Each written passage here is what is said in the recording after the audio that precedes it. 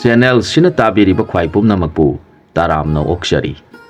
ꯉꯁꯤꯁꯨ ꯃꯍꯧꯁꯥꯒꯨꯝ ꯃꯌꯥꯝꯒꯤ ꯑꯋꯥ ꯄꯣꯊꯥꯕꯗ ꯉꯥꯏꯍꯥꯛꯇ ꯑꯣꯏꯔꯕꯁꯨ ꯃꯇꯦꯡ ꯄꯥꯡꯖꯕ ꯑꯣꯏꯅ ꯄꯥꯗꯝ ꯍꯥꯏꯕ ꯋꯥꯔꯤꯗꯨꯒꯤ ꯐꯨꯜ ꯁ꯭ꯇꯣꯔꯤ ꯄꯨꯗꯨꯅ ꯂꯥꯛꯆꯔꯤ꯫ ꯋꯥꯔꯤꯁꯤ ꯃꯌꯥꯝ ꯄꯨꯟꯅ ꯑꯃꯨꯛ ꯇꯥꯃꯤꯟꯅꯔꯁꯤ꯫ ꯊꯥꯏꯅ ꯃꯃꯥꯡꯉꯩꯗ ꯃꯗꯅꯤꯄꯨꯔ ꯀꯧꯕ ꯗꯦꯁ ꯑꯃꯗ ꯂꯩꯕ ꯈꯨꯡꯒꯪ ꯑꯃꯗ ꯃꯔꯥꯏꯕꯛ ꯊꯤꯔꯕ ꯅꯨꯄꯤ ꯃꯆꯥ ꯑꯃꯒ ꯅꯤꯄꯥ ꯃꯆꯥ ꯑꯃꯒ ꯃꯆꯤꯟ ꯃꯧꯄꯥ ꯃꯈꯣꯏ ꯑꯅꯤꯈꯛ ꯃꯄꯥ ꯃꯃꯥ ꯁꯤꯈꯤꯗꯨꯅ ꯌꯥꯝꯅ ꯋꯥꯅ ꯂꯩꯔꯝꯃꯤ꯫ ꯃꯆꯦ ꯑꯗꯨꯒꯤ ꯃꯃꯤꯡꯅ ꯃꯤꯃꯥꯟꯕꯤ ꯍꯥꯏꯅ ꯀꯧꯏ, ꯑꯗꯨꯒ ꯃꯧꯄꯥ ꯑꯗꯨꯒꯤ ꯃꯃꯤꯡꯅ ꯃꯤꯃꯥꯟꯕ ꯍꯥꯏꯅ ꯀꯧꯏ꯫ ꯃꯈꯣꯏ ꯑꯅꯤꯗꯨ ꯃꯄꯥ ꯃꯃꯥ ꯑꯅꯤꯗꯨ ꯈꯣꯡ ꯍꯥꯝꯕ ꯂꯩꯅꯥ ꯍꯥꯏꯕ ꯑꯗꯨꯅ ꯃꯈꯣꯏ ꯑꯅꯤꯃꯛ ꯁꯤꯈ꯭ꯔꯦ꯫ ꯃꯆꯦ ꯑꯗꯨꯗꯤ ꯆꯍꯤ 5-6 ꯁꯨꯍꯧꯔꯦ, ꯑꯗꯨꯒ ꯑꯉꯥꯡ ꯅꯤꯄꯥ ꯑꯁꯤꯗꯤ ꯌꯥꯝꯅ ꯄꯤꯛꯂꯤ꯫ ꯃꯈꯣꯏꯅ ꯂꯩꯔꯤꯕ ꯃꯐꯝ ꯑꯗꯨ ꯃꯤ ꯀꯅꯥ ꯇꯥꯗꯕ ꯃꯐꯝꯅꯤ꯫ ꯑꯁꯣꯡꯕ ꯃꯐꯝ ꯑꯗꯨꯗ ꯑꯉꯥꯡ ꯅꯨꯄꯤ ꯃꯆꯥ ꯑꯁꯤꯅ ꯑꯄꯤꯛꯄ ꯃꯧꯄꯥ ꯑꯁꯤꯕꯨ ꯃꯃꯥ ꯃꯄꯥꯅ ꯊꯝꯕꯤꯔꯝꯕ ꯆꯦꯡ ꯐꯧꯁꯤꯡ ꯑꯗꯨ ꯆꯥꯗꯨꯅ ꯃꯈꯣꯏ ꯍꯤꯡꯅꯕ ꯍꯣꯠꯅꯔꯤ꯫ ꯃꯤꯃꯥꯟꯕꯤ ꯍꯥꯏꯔꯤꯕꯤ ꯅꯨꯄꯤ ꯃꯆꯥ ꯑꯁꯤ ꯒ꯭ꯌꯥꯟ ꯌꯥꯝꯅ ꯂꯩꯕꯤꯅꯤ꯫ ꯃꯍꯥꯛꯅ ꯃꯄꯥ ꯃꯃꯥ ꯑꯅꯤꯅ ꯇꯧꯔꯝꯕꯒꯨꯝ ꯃꯊꯪꯒꯤ ꯆꯍꯤꯗ ꯆꯥꯅꯕ ꯍꯥꯏꯅ ꯃꯥꯅ ꯉꯝꯕ ꯐꯧ ꯈꯔ ꯃꯔꯨꯅ ꯂꯤꯡꯗꯨꯅ ꯍꯣꯠꯅꯩ, ꯑꯗꯨꯒ ꯄꯥꯟ ꯃꯥꯏꯔꯦꯟꯁꯨ ꯊꯥꯏ꯫ ꯑꯁꯨꯝꯅ ꯂꯩꯔꯛꯄ ꯃꯇꯝ ꯑꯁꯤꯗ ꯅꯣꯡꯃꯗꯤ ꯍꯤꯡꯆꯥꯕꯤ ꯑꯃ ꯃꯆꯤꯟꯖꯥꯛ ꯊꯤꯕ ꯂꯥꯛꯄꯗ ꯅꯨꯄꯤ ꯃꯆꯥ ꯑꯁꯤ ꯎꯔꯨꯔꯦ꯫ ꯃꯍꯥꯛꯅ ꯈꯜꯂꯤ, ꯅꯨꯄꯤ ꯃꯆꯥ ꯑꯁꯤ ꯑꯣꯟꯊꯣꯛꯅ ꯐꯖꯈ꯭ꯔꯦꯗ, ꯃꯁꯤꯕꯨ ꯑꯩꯅ ꯐꯥꯗꯨꯅ ꯄꯨꯔꯒ ꯑꯩꯒꯤ ꯄꯨꯖꯥꯔꯤ ꯑꯣꯏꯍꯟꯗꯨꯅ ꯑꯩꯒꯤ ꯁꯦꯕꯥ ꯇꯧꯍꯜꯂꯕꯗꯤ ꯑꯣꯟꯊꯣꯛꯅ ꯅꯨꯡꯉꯥꯏꯒꯅꯤꯗ ꯈꯜꯂꯤ꯫ ꯑꯗꯨꯕꯨ ꯃꯈꯣꯏ ꯀꯅꯥ ꯀꯅꯥ ꯂꯩꯕꯅꯣ ꯍꯥꯏꯕ ꯈꯪꯗꯕꯅ ꯉꯁꯤꯗꯤ ꯄꯨꯔꯔꯣꯏ, ꯃꯊꯪꯗ ꯑꯩꯅ ꯂꯥꯛꯄꯗ ꯃꯈꯣꯏ ꯀꯅꯥ ꯀꯅꯥ ꯂꯩꯃꯤꯟꯅꯔꯤꯕꯒꯦ ꯍꯥꯏꯕꯗꯨ ꯈꯪꯂꯕ ꯃꯇꯨꯡꯗ ꯑꯩꯅ ꯃꯥꯕꯨ ꯁꯣꯏꯗꯅ ꯐꯥꯗꯨꯅ ꯄꯨꯔꯒ ꯏꯆꯥ ꯑꯣꯏꯅ ꯌꯣꯛꯂꯒꯦ, ꯅꯠꯇ꯭ꯔꯕꯗꯤ ꯑꯀꯟꯕ ꯃꯤ ꯂꯩꯔꯝꯗꯨꯅ ꯈꯨꯗꯣꯡꯊꯤꯕ ꯊꯣꯛꯄꯁꯨ ꯌꯥꯏ ꯈꯟꯗꯨꯅ ꯅꯨꯃꯤꯠ ꯑꯗꯨ ꯅꯨꯄꯤ ꯃꯆꯥ ꯑꯗꯨꯕꯨ ꯃꯨꯟꯅ ꯌꯦꯡꯂꯝꯂꯒ ꯍꯤꯡꯆꯥꯕꯤ ꯆꯠꯈꯤ꯫ ꯃꯤꯃꯥꯟꯕꯤꯅ ꯃꯥꯅ ꯊꯥꯅꯤꯡꯕ ꯄꯣꯠꯆꯩꯒꯤ ꯃꯔꯨ ꯃꯔꯥꯡꯁꯤꯡꯒꯤ ꯃꯔꯨꯁꯤꯡ ꯅꯤꯡꯊꯤꯅ ꯊꯥꯔꯕ ꯃꯇꯨꯡꯗ ꯃꯧꯄꯥ ꯅꯤꯄꯥ ꯑꯗꯨꯒ ꯅꯨꯃꯤꯠ ꯈꯨꯗꯤꯡꯒꯤ ꯄꯥꯗꯝ ꯆꯩ ꯑꯃ ꯄꯨꯊꯣꯛꯂꯒ ꯑꯉꯥꯡ ꯑꯗꯨꯗ ꯍꯦꯛ ꯍꯦꯛ ꯌꯦꯡꯍꯜꯂꯤ꯫ ꯑꯉꯥꯡ ꯅꯤꯄꯥ ꯑꯗꯨꯅ ꯏꯆꯦꯅ ꯑꯩꯕꯨ ꯅꯨꯃꯤꯠ ꯈꯨꯗꯤꯡꯃꯛꯀꯤ ꯆꯩ ꯑꯁꯤꯕꯨ ꯄꯨꯊꯣꯛꯇꯨꯅ ꯌꯦꯡꯍꯜꯂꯤꯕ ꯑꯁꯤꯕꯨ ꯀꯔꯤꯒꯤꯅꯣ, ꯃꯁꯤꯅ ꯀꯔꯤ ꯀꯥꯟꯅꯒꯗꯧꯔꯤꯕꯅꯣ ꯍꯪꯂꯛꯈꯤ꯫ ꯑꯉꯥꯡꯒꯤ ꯋꯥꯗꯨ ꯇꯥꯔꯒ ꯏꯆꯦꯒꯤ ꯏꯕꯨꯡꯉꯣ, ꯃꯁꯤ ꯅꯪꯕꯨ ꯈꯪꯅꯕ ꯏꯆꯦꯅ ꯅꯨꯃꯤꯠ ꯈꯨꯗꯤꯡꯒꯤ ꯌꯦꯡꯍꯜꯂꯤꯕꯅꯤ꯫ ꯏꯆꯦ ꯍꯥꯏꯒꯦ ꯇꯥꯎ, ꯃꯁꯤ ꯄꯥꯕꯨꯡꯒꯤ ꯈꯣꯡꯒꯤ ꯄꯥꯗꯝ ꯆꯩꯅꯤ, ꯑꯗꯨꯒ ꯑꯃ ꯑꯁꯤꯅ ꯏꯃꯥꯒꯤ ꯈꯣꯡꯒꯤ ꯄꯥꯗꯝ ꯆꯩꯅꯤ꯫ ꯅꯪꯅ ꯈꯪꯒꯗꯧꯕꯗꯤ ꯆꯩ ꯑꯅꯤ ꯑꯁꯤ ꯀꯌꯥꯝ ꯁꯥꯡꯕꯅꯣ ꯍꯥꯏꯕꯗꯨ ꯈꯪꯅ ꯆꯠꯆꯔꯕꯗꯤ ꯍꯌꯦꯡ ꯃꯇꯝ ꯑꯃꯗ ꯀꯥꯟꯅꯕ ꯂꯥꯛꯀꯅꯤ ꯍꯥꯏꯗꯨꯅ ꯏꯃꯥ ꯄꯥꯕꯨꯡꯅ ꯀꯜꯂꯤꯉꯩꯗ ꯍꯦꯛ ꯍꯦꯛ ꯑꯩꯉꯣꯟꯗ ꯈꯪꯅꯕ ꯇꯥꯛꯄꯤꯔꯝꯃꯤ꯫ ꯑꯗꯨꯅ ꯑꯩꯅꯁꯨ ꯅꯪꯕꯨ ꯈꯪꯅꯕ ꯍꯥꯏꯔꯤꯕꯅꯤ, ꯇꯨꯡꯗ ꯑꯩꯈꯣꯏꯒꯤ ꯀꯥꯟꯅꯕ ꯂꯥꯛꯀꯅꯤ ꯍꯥꯏꯅ ꯏꯃꯥ ꯄꯥꯕꯨꯡꯅ ꯇꯥꯛꯄꯤꯔꯝꯃꯤ꯫ ꯑꯗꯨꯅ ꯑꯩꯈꯣꯏ ꯑꯅꯤꯅ ꯄꯥꯗꯝ ꯆꯩꯒꯤ ꯑꯁꯥꯡꯕꯁꯤ ꯀꯌꯥꯝ ꯁꯥꯡꯕꯅꯣ ꯈꯪꯅꯕ ꯅꯥꯞ ꯈꯪꯒꯗꯕꯅꯤ꯫ ꯑꯁꯨꯝꯅ ꯃꯈꯣꯏ ꯑꯅꯤꯅ ꯅꯨꯃꯤꯠ ꯈꯨꯗꯤꯡꯒꯤ ꯄꯥꯗꯝ ꯆꯩ ꯄꯨꯊꯣꯛꯇꯨꯅ ꯅꯥꯞ ꯂꯧꯗꯨꯅ ꯀꯥꯎꯗꯅꯕ ꯍꯣꯠꯅꯗꯨꯅ ꯂꯩ꯫ ꯑꯉꯥꯡ ꯅꯤꯄꯥ ꯃꯆꯥ ꯑꯁꯤꯅꯁꯨ ꯃꯄꯥ ꯃꯃꯥ ꯑꯅꯤꯒꯤ ꯈꯣꯡꯒꯤ ꯄꯥꯗꯝꯅꯤ ꯍꯥꯏꯕꯗꯨꯗ ꯅꯨꯃꯤꯠ ꯈꯨꯗꯤꯡ ꯅꯥꯞ ꯇꯝꯗꯨꯅ ꯑꯁꯥꯡꯕꯗꯨ ꯀꯥꯎꯗꯅꯕ ꯍꯣꯠꯅꯩ꯫ ꯑꯁꯨꯝꯅ ꯂꯩꯔꯛꯄꯅ ꯅꯤꯄꯥ ꯃꯆꯥ ꯑꯁꯤ ꯆꯍꯤ 5 ꯁꯨꯔꯛꯂꯦ꯫ ꯃꯇꯝ ꯑꯁꯤꯗ ꯍꯤꯡꯆꯥꯕꯤꯗꯨ ꯍꯥꯟꯅꯒꯤꯒꯨꯝ ꯃꯆꯤꯟꯖꯥꯛ ꯊꯤꯕ ꯂꯥꯛꯂꯦ꯫ ꯃꯥꯅ ꯅꯨꯄꯤ ꯃꯆꯥ ꯃꯤꯃꯥꯟꯕꯤꯕꯨ ꯎꯖꯕꯗ ꯌꯥꯝꯅ ꯈꯣꯏꯔꯥꯡꯂꯦ꯫ ꯉꯁꯤꯗꯤ ꯃꯍꯥꯛꯄꯨ ꯐꯥꯗꯨꯅ ꯄꯨꯔꯒꯦ ꯈꯟꯗꯨꯅ ꯆꯪꯁꯤꯜꯂꯛꯇꯨꯅ ꯃꯤꯃꯥꯟꯕꯤ ꯐꯥꯔꯦ꯫ ꯑꯗꯨꯒ ꯄꯨꯅꯕ ꯇꯧꯔꯛꯄ ꯃꯇꯝ ꯑꯗꯨꯗ ꯃꯤꯃꯥꯟꯕꯤꯅ, ꯏꯆꯦꯒꯤ ꯏꯕꯨꯡꯉꯣ, ꯏꯆꯦꯗꯤ ꯃꯥꯡꯖꯔꯦ, ꯏꯄ꯭ꯋꯥꯕꯨ ꯀꯅꯥꯅ ꯊꯣꯡꯗꯨꯅ ꯄꯤꯖꯒꯗꯧꯔꯤꯕꯅꯣ ꯍꯥꯏꯅ ꯃꯧꯄꯥꯕꯨ ꯀꯧꯔꯒ ꯀꯞꯂꯛꯂꯦ꯫ ꯃꯆꯦꯅ ꯀꯞꯄ ꯇꯥꯔꯒ ꯃꯤꯃꯥꯟꯕ ꯆꯦꯟꯁꯤꯜꯂꯛꯂꯦ꯫ ꯍꯤꯡꯆꯥꯕꯤꯅ ꯃꯆꯦ ꯄꯨꯗꯨꯅ ꯄꯥꯏꯗꯨꯅ ꯆꯠꯈ꯭ꯔꯦ꯫ ꯃꯤꯃꯥꯟꯕ ꯃꯆꯦꯅ ꯄꯥꯏꯗꯨꯅ ꯆꯠꯈꯤꯕ ꯃꯥꯏꯀꯩ ꯌꯦꯡꯂꯒ ꯏꯆꯦ ꯏꯆꯦ ꯍꯥꯏꯅ ꯀꯧꯗꯨꯅ ꯀꯟꯅ ꯀꯞꯇꯨꯅ ꯇꯥꯟꯅꯔꯛꯂꯦ꯫ ꯃꯥꯅ ꯑꯁꯨꯝ ꯃꯆꯦ ꯄꯨꯈꯤꯕ ꯃꯥꯏꯀꯩꯗ ꯂꯥꯛꯄꯅ ꯑꯁꯣꯡꯕ ꯅꯔꯛ ꯁꯤꯡꯂꯛ ꯑꯣꯏꯕꯅ ꯆꯪꯐꯝ ꯈꯪꯗ꯭ꯔꯕꯁꯨ ꯃꯥꯏꯀꯩ ꯑꯗꯨꯗꯤ ꯀꯥꯎꯗꯨꯅ ꯂꯥꯛꯂꯤ꯫ ꯃꯍꯥꯛ ꯆꯥꯒꯅꯤ ꯊꯛꯀꯅꯤ ꯍꯥꯏꯕ ꯀꯥꯎꯈ꯭ꯔꯦ꯫ ꯑꯁꯨꯝꯅ ꯇꯥꯟꯅꯔꯛꯄꯅ ꯅꯨꯃꯤꯠꯁꯨ ꯇꯥꯁꯤꯟꯈ꯭ꯔꯦ꯫ ꯃꯍꯥꯛ ꯑꯁꯣꯡꯕ ꯅꯔꯛ ꯑꯗꯨꯗ ꯎꯅꯥ ꯑꯀꯪꯕ ꯃꯌꯥꯝ ꯈꯣꯝꯖꯤꯟꯗꯨꯅ ꯃꯗꯨꯒꯤ ꯃꯅꯨꯡꯗ ꯆꯪꯁꯤꯜꯂꯒ ꯂꯩꯈꯤ꯫ ꯑꯍꯤꯡ ꯑꯗꯨꯗ ꯃꯆꯤꯟꯖꯥꯛ ꯊꯤꯕ ꯂꯥꯛꯄ ꯁꯥꯁꯤꯡꯅ ꯃꯥꯅ ꯂꯩꯔꯤꯕ ꯃꯐꯝ ꯑꯗꯨ ꯌꯧꯔꯛꯄꯗ ꯇꯥꯁꯦꯡꯗꯨꯅ ꯂꯩꯔꯤꯕ ꯎꯅꯥꯒꯤ ꯃꯄꯩ ꯑꯗꯨꯗ ꯃꯅꯝ ꯍꯦꯛꯇ ꯅꯝꯃꯤ ꯑꯗꯨꯒ ꯑꯃꯨꯛ ꯆꯠꯈꯤ ꯃꯃꯩ ꯊꯪꯗ ꯂꯝꯍꯨꯏ ꯑꯃꯅ ꯎꯆꯤ ꯑꯃ ꯐꯥꯒꯗꯕꯒꯤ ꯇꯥꯟꯅꯔꯛꯈꯤ ꯎꯆꯤ ꯑꯗꯨ ꯆꯦꯟꯐꯝ ꯈꯪꯗ꯭ꯔꯕꯗ ꯎꯅꯥ ꯃꯔꯛ ꯑꯗꯨꯗ ꯆꯦꯟꯁꯤꯜꯂꯛꯇꯨꯅ ꯃꯤꯃꯥꯟꯕꯅ ꯂꯩꯔꯤꯕ ꯑꯗꯨꯗ ꯂꯣꯠꯂꯦ ꯃꯗꯨꯗ ꯂꯝꯍꯨꯏ ꯑꯗꯨꯅ ꯃꯅꯝ ꯁꯨꯠ ꯁꯨꯠ ꯅꯝꯂꯒ ꯎꯅꯥ ꯑꯗꯨ ꯍꯣꯒꯥꯏꯕ ꯍꯧꯔꯛꯂꯤ ꯃꯤꯃꯥꯟꯕꯅ ꯈꯜꯂꯤ ꯀꯔꯝ ꯇꯧꯒꯅꯤ ꯆꯦꯟꯕꯁꯨ ꯌꯥꯔꯔꯣꯏ ꯈꯟꯗꯨꯅ ꯂꯝꯍꯨꯏ ꯑꯗꯨꯒꯤ ꯃꯃꯩ ꯑꯗꯨ ꯇꯥꯞ ꯐꯥꯔꯦ ꯂꯝꯍꯨꯏ ꯑꯗꯨ ꯀꯔꯤꯅꯣ ꯑꯩꯒꯤ ꯏꯃꯩ ꯐꯥꯗꯨꯅ ꯆꯤꯡꯂꯤꯕ ꯑꯁꯤꯕꯨ ꯃꯁꯤꯗꯤ ꯀꯅꯥꯒꯨꯝꯕ ꯁꯥ ꯑꯀꯟꯕ ꯑꯃꯒꯤ ꯃꯀꯣꯟ ꯑꯣꯏꯕ ꯇꯥꯔꯦ ꯑꯩꯍꯥꯛ ꯁꯣꯏꯗꯅ ꯁꯤꯕ ꯇꯥꯔꯦ ꯈꯟꯗꯨꯅ ꯃꯍꯥꯛ ꯀꯟꯅ ꯆꯤꯡꯂꯦ ꯑꯉꯥꯡ ꯑꯗꯨꯅꯁꯨ ꯀꯟꯅ ꯌꯥꯜꯂꯦ ꯂꯝꯍꯨꯏꯅ ꯀꯟꯕ ꯍꯦꯟꯕꯅ ꯀꯟꯅ ꯆꯤꯡꯂꯕꯗ ꯑꯉꯥꯡꯅ ꯈꯪꯊꯥ ꯊꯥꯗꯣꯛꯄꯗ ꯂꯝꯍꯨꯏ ꯑꯗꯨ ꯃꯥꯡꯗ ꯍꯧꯔꯤꯕ ꯎ ꯄꯥꯝꯕꯤ ꯑꯃꯗ ꯃꯀꯣꯛꯇꯨ ꯌꯩꯁꯤꯟꯗꯨꯅ ꯇꯨꯔꯦ ꯃꯍꯥꯛ ꯃꯀꯣꯛ ꯉꯥꯎꯗꯨꯅ ꯀꯟꯅ ꯈꯣꯡꯗꯨꯅ ꯆꯦꯟꯈ꯭ꯔꯦ ꯃꯗꯨꯒꯤ ꯇꯨꯡꯗ ꯎꯆꯤ ꯑꯗꯨꯅ ꯃꯥꯒꯤ ꯊꯋꯥꯏ ꯀꯟꯕꯤꯔꯤꯕ ꯅꯤꯄꯥ ꯃꯆꯥ ꯑꯗꯨꯕꯨ ꯌꯦꯡꯂꯒ ꯍꯥꯏꯔꯛꯈꯤ ꯃꯔꯨꯞ ꯅꯪꯅ ꯑꯩꯒꯤ ꯊꯋꯥꯏ ꯀꯟꯕꯤꯔꯕꯅꯤ ꯑꯗꯨꯅ ꯉꯁꯤꯗꯒꯤ ꯑꯩꯈꯣꯏ ꯑꯅꯤ ꯃꯔꯨꯞ ꯑꯣꯏꯔꯁꯤ ꯑꯩꯍꯥꯛ ꯅꯪꯒꯤ ꯃꯔꯨꯞ ꯑꯣꯏꯗꯨꯅ ꯅꯪꯒꯤ ꯃꯇꯦꯡ ꯄꯥꯡꯖꯒꯦ ꯍꯥꯏꯔꯛꯈꯤ ꯅꯤꯄꯥ ꯃꯆꯥ ꯑꯗꯨꯅ ꯍꯔꯥꯎꯅ ꯎꯆꯤ ꯑꯗꯨꯕꯨ ꯀꯣꯟꯕꯤꯗꯨꯅ ꯑꯍꯤꯡ ꯑꯗꯨꯃ ꯂꯦꯜꯂꯦ ꯅꯣꯡꯉꯥꯜꯂꯕꯗ ꯎꯆꯤꯅ ꯍꯥꯏꯔꯛꯈꯤ ꯃꯔꯨꯞꯅ ꯀꯔꯤ ꯃꯔꯝꯒꯤ ꯃꯐꯝ ꯑꯁꯤꯗ ꯂꯩꯕꯤꯔꯝꯂꯤꯕꯅꯣ ꯍꯥꯏꯔꯕꯗ ꯅꯤꯄꯥ ꯃꯆꯥ ꯑꯗꯨꯅ ꯀꯔꯤꯅꯣ ꯃꯁꯛ ꯈꯪꯗꯕ ꯑꯃꯅ ꯑꯩꯒꯤ ꯏꯆꯦꯕꯨ ꯐꯥꯗꯨꯅ ꯄꯨꯈ꯭ꯔꯦ ꯃꯍꯥꯛ ꯄꯥꯏꯕꯁꯨ ꯉꯝꯃꯤ ꯄꯥꯏꯗꯨꯅ ꯄꯨꯈꯤ ꯍꯥꯏꯔꯛꯈꯤ ꯋꯥꯗꯨ ꯇꯥꯔꯒ ꯎꯆꯤꯅ ꯑꯗꯨ ꯑꯣꯏꯔꯕꯗꯤ ꯃꯍꯥꯛ ꯍꯤꯡꯆꯥꯕꯤꯅꯤ ꯏꯆꯦꯗꯨ ꯍꯤꯡꯆꯥꯕꯤꯅ ꯆꯦꯟꯈꯤꯕ ꯑꯣꯏꯔꯒꯅꯤ ꯑꯗꯨꯅ ꯃꯔꯨꯞ ꯑꯁꯨꯝ ꯂꯥꯛꯄꯤꯌꯨ ꯑꯩꯅ ꯍꯥꯟꯅ ꯆꯠꯇꯨꯅ ꯀꯗꯥꯏꯗ ꯂꯩꯕꯒꯦ ꯊꯤꯔꯨꯈꯤꯒꯦ ꯑꯗꯨꯒ ꯃꯔꯨꯞꯀꯤ ꯃꯅꯝ ꯑꯗꯨ ꯑꯩꯍꯥꯛ ꯅꯝꯖꯈꯤꯒꯦ ꯃꯅꯝꯒꯤ ꯃꯇꯨꯡ ꯏꯟꯅ ꯃꯔꯨꯞ ꯃꯐꯝ ꯑꯁꯤꯗ ꯂꯩꯔꯦ ꯍꯥꯏꯕ ꯑꯩꯅ ꯈꯪꯅꯕ ꯍꯥꯏꯗꯨꯅ ꯎꯆꯤꯅ ꯃꯤꯃꯥꯟꯕꯒꯤ ꯃꯅꯝ ꯂꯧꯔꯒ ꯎꯆꯤ ꯎꯔꯛ ꯑꯗꯨꯗ ꯆꯪꯈ꯭ꯔꯦ ꯃꯤꯃꯥꯟꯕꯁꯨ ꯃꯆꯦꯅ ꯆꯠꯈꯤꯕ ꯃꯥꯏꯀꯩ ꯌꯦꯡꯂꯗꯨꯅ ꯑꯁꯣꯡꯕ ꯕꯣꯟ ꯑꯗꯨ ꯐꯥꯎꯔꯗꯨꯅ ꯂꯥꯛꯂꯤ ꯃꯍꯥꯛ ꯕꯣꯟ ꯑꯗꯨꯗ ꯄꯥꯟꯕ ꯎꯍꯩ ꯆꯥꯗꯨꯅ ꯂꯥꯛꯄꯅ ꯃꯤ ꯇꯥꯕ ꯈꯨꯟ ꯑꯃ ꯌꯧꯔꯤ ꯃꯐꯝ ꯑꯗꯨꯗ ꯂꯩꯕ ꯃꯤꯁꯤꯡꯗ ꯃꯁꯤꯒꯤ ꯋꯥꯔꯤꯗꯨ ꯇꯝꯖꯔꯤ ꯃꯗꯨꯗ ꯃꯤꯁꯤꯡ ꯑꯗꯨꯅ ꯈꯪꯏ ꯎꯏ ꯍꯥꯏꯕ ꯑꯃꯠꯇ ꯌꯥꯎꯗ꯭ꯔꯕꯗ ꯃꯤꯃꯥꯟꯕ ꯃꯊ꯭ꯋꯥꯏ ꯅꯨꯡꯉꯥꯏꯇꯅ ꯂꯝꯍꯥꯡꯗ ꯊꯣꯛꯂꯛꯇꯨꯅ ꯃꯁꯤꯕꯨ ꯀꯧꯗꯨꯅ ꯀꯞꯄ ꯍꯧꯔꯛꯂꯤ ꯍꯥꯏ ꯏꯆꯦ ꯏꯕꯦꯝꯃ ꯅꯍꯥꯛꯄꯨ ꯀꯔꯝꯅꯕꯨ ꯇꯧꯔꯝꯒꯗꯧꯕꯅꯣ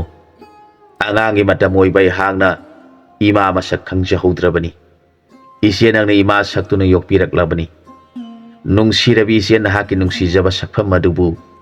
ꯎꯖꯕ ꯐꯪꯗꯅ ꯂꯩꯕꯛ ꯊꯤꯔꯕ ꯑꯩꯕꯨ ꯃꯥꯡꯕ ꯇꯥꯔꯕ꯭ꯔꯥ ꯁꯤꯔꯕꯁꯨ ꯏꯃꯥ ꯁꯛꯂꯕꯤ ꯏꯆꯦ ꯅꯪꯒꯤ ꯅꯁꯛ ꯎꯖꯔꯒ ꯁꯤꯖꯒꯦ ꯍꯥꯏꯅ ꯑꯉꯥꯡ ꯑꯁꯤꯅ ꯂꯝꯍꯥꯡ ꯑꯗꯨꯗ ꯍꯤꯞꯇꯨꯅ ꯀꯞꯇꯨꯅ ꯂꯩꯈ꯭ꯔꯦ ꯃꯍꯥꯛ ꯃꯇꯝ ꯈꯔꯗꯤ ꯆꯥꯛꯁꯨ ꯆꯥꯕ ꯐꯪꯗꯕꯅ ꯎꯍꯩ ꯉꯥꯛꯇ ꯆꯥꯗꯨꯅ ꯍꯤꯡꯕꯅ ꯃꯁꯥꯗꯨ ꯌꯥꯝꯅ ꯁꯣꯟꯊꯔꯝꯃꯤ ꯑꯗꯨꯝ ꯑꯣꯏꯅꯃꯛ ꯃꯁꯤꯒꯤ ꯋꯥꯈꯜꯗꯤ ꯀꯥꯎꯖꯕ ꯉꯝꯗꯅ ꯎꯄꯥꯏ ꯂꯩꯇ꯭ꯔꯕ ꯑꯉꯥꯡ ꯑꯁꯤꯅ ꯍꯤꯞꯂꯒ ꯀꯞꯇꯨꯅ ꯂꯩꯔꯤ ꯃꯇꯝ ꯑꯁꯤꯗ ꯈꯨꯟ ꯑꯗꯨꯗ ꯃꯆꯥ ꯄꯣꯛꯆꯗꯕ ꯅꯤꯄꯥ ꯑꯃꯒ ꯅꯨꯄꯤ ꯑꯃꯒ ꯂꯩꯔꯝꯃꯤ ꯃꯈꯣꯏ ꯑꯅꯤꯅ ꯁꯤꯡ ꯆꯟꯕ ꯆꯠꯂꯨꯕꯗꯒꯤ ꯁꯤꯡ ꯄꯨꯔꯒ ꯂꯝꯍꯥꯡ ꯑꯗꯨ ꯁꯝꯗꯨꯅ ꯂꯥꯛꯄ ꯃꯇꯝꯗ ꯑꯉꯥꯡ ꯑꯗꯨꯅ ꯃꯥꯏꯀꯩ ꯈꯪꯗꯅ ꯂꯝꯍꯥꯡ ꯑꯗꯨꯗ ꯍꯤꯞꯂꯒ ꯀꯞꯇꯨꯅ ꯂꯩꯔꯤꯕꯗු ꯍꯦꯛ ꯊꯦꯡꯅꯔꯦ ꯃꯈꯣꯏ ꯑꯅꯤꯅ ꯅꯨꯡꯁꯥ ꯊꯤꯅ ꯑꯉꯥꯡ ꯑꯁꯤꯕꯨ ꯀꯔꯤ ꯇꯧꯔꯕꯅꯣ ꯀꯅꯥꯒꯤ ꯃꯆꯥ ꯑꯣꯏꯔꯤꯒꯕ ꯈꯟꯗꯨꯅ ꯆꯪꯁꯤꯜꯂꯛꯇꯨꯅ ꯃꯍꯥꯛꯄꯨ ꯆꯤꯡꯈꯠꯄꯤꯗꯨꯅ ꯏꯕꯨꯡꯉꯣ ꯅꯍꯥꯛꯄꯨ ꯀꯅꯥꯒꯤ ꯃꯆꯥꯅꯣ ꯅꯪꯒꯤ ꯌꯨꯝꯅ ꯀꯗꯥꯏꯗꯅꯣ ꯀꯔꯤ ꯇꯧꯔꯕꯒꯦ ꯅꯍꯥꯛꯅ ꯃꯐꯝ ꯑꯁꯤꯗ ꯆꯠꯄ ꯉꯝꯗꯅ ꯍꯤꯞꯇꯨꯅ ꯀꯞꯇꯨꯅ ꯂꯩꯔꯤꯕ ꯑꯁꯤꯕꯨ ꯍꯥꯏꯅ ꯍꯪꯂꯕꯗ ꯃꯤꯃꯥꯟꯕ ꯀꯧꯕ ꯅꯤꯄꯥ ꯃꯆꯥ ꯑꯗꯨꯅ ꯈꯨꯝꯖꯔꯛꯈꯤ ꯑꯩꯒꯤ ꯏꯄꯥ ꯏꯃꯥ ꯑꯅꯤꯗꯨꯗꯤ ꯃꯃꯤꯡꯗꯤ ꯑꯩꯅ ꯑꯉꯥꯡ ꯑꯣꯏꯔꯤꯉꯩꯗ ꯁꯤꯈꯤꯕꯅ ꯈꯪꯖꯍꯧꯗ꯭ꯔꯦ ꯑꯩꯒꯤ ꯏꯃꯤꯡꯗꯤ ꯃꯤꯃꯥꯟꯕ ꯍꯥꯏꯅ ꯀꯧꯏ ꯑꯩꯒꯤ ꯏꯆꯦ ꯑꯃꯒ ꯑꯩꯈꯣꯏ ꯑꯅꯤ ꯌꯨꯝ ꯑꯗꯨꯗ ꯂꯩꯖꯕꯅꯤ ꯏꯆꯦꯒꯤ ꯃꯃꯤꯡꯗꯤ ꯃꯤꯃꯥꯟꯕꯤ ꯍꯥꯏꯅ ꯀꯧꯏ ꯑꯩꯒꯤ ꯃꯤꯃꯥꯟꯕ ꯍꯥꯏꯔꯤꯕ ꯃꯤꯡ ꯑꯁꯤꯅ ꯑꯩꯕꯨ ꯄꯣꯛꯄꯤꯔꯝꯕ ꯏꯄꯥ ꯑꯗꯨꯒ ꯆꯞ ꯃꯥꯟꯅꯩ ꯍꯥꯏꯗꯨꯅ ꯏꯄꯥꯒꯤ ꯃꯤꯒꯨꯝꯕꯅꯤ ꯈꯟꯗꯨꯅ ꯊꯣꯟꯈꯤꯕꯅꯤ ꯍꯥꯏ ꯑꯗꯨꯒ ꯏꯆꯦ ꯑꯗꯨꯒꯤ ꯃꯤꯃꯥꯟꯕꯤ ꯍꯥꯏꯕ ꯑꯁꯤꯅ ꯏꯆꯦꯅ ꯍꯥꯏꯕꯗ ꯏꯄꯥ ꯑꯗꯨꯅ ꯏꯃꯥꯒ ꯃꯁꯛ ꯆꯞ ꯃꯥꯟꯅꯩ ꯍꯥꯏꯗꯨꯅ ꯃꯤꯃꯥꯟꯕꯤ ꯍꯥꯏꯅ ꯏꯄꯥ ꯏꯃꯥꯅꯤꯅ ꯊꯣꯟꯕꯤꯔꯝꯕꯅꯤ ꯍꯥꯏꯅ ꯑꯩꯒꯤ ꯏꯆꯦ ꯑꯗꯨꯅ ꯑꯩꯉꯣꯟꯗ ꯇꯝꯕꯤ Isega akhoi animak mi tadaba mafam aduda leijabani. Adubu nongma mafam ikhang khanghaudana isi adu mi manba mana pharaga paiduna chatkhi. Aina urak warak asida isi bu pukhiba maikai yengduna thiraklibani. Aihak saksu saba phangdi. Wai saduna tha khara si lakpada ngasidi mafam asi yaurabada mi khara thengnarabada isi yaubra. Isi bu khangbibra haina hangjarubada kanamatana khangi ui haidrabada. Aihak isi na chatkriba maikai yengjaraga chatke tawbada. Ikhong asi thangba thoksilaktabadagi hiplaga leirambani damjakhi. Angangi wadu tabada sabuk tabi nupi aduna mamitagi mapi taraga angang adubu kongkatpiraduna hairakhi. Imagi bungo nungsiba nahangna tamliba paw adu taraga nama saklabi aigi thamoisi puba ngamlaktri. Imana khanbada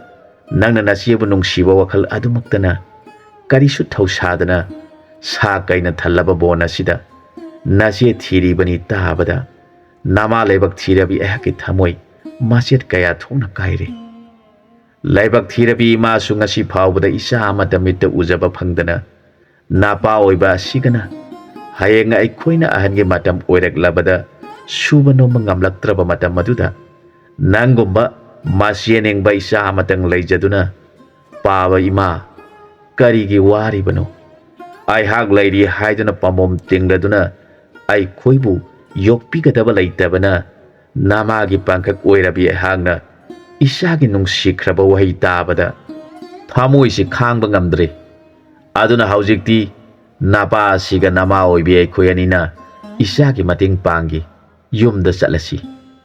Napa oiba sigi namda pohallu. Sai sing saraba matungda nangna hairibadu imana soidana takani hairi. Wadu tabada miman ba hairibani pamasadu hawalakli. Nipa aduna magi khudang pairaga makhoigi mayum yongnaba lakminari. Nupi asina mana ngana thonglama sang sang singdo ningthina makhoi ahomgi semlaga sak chaminari.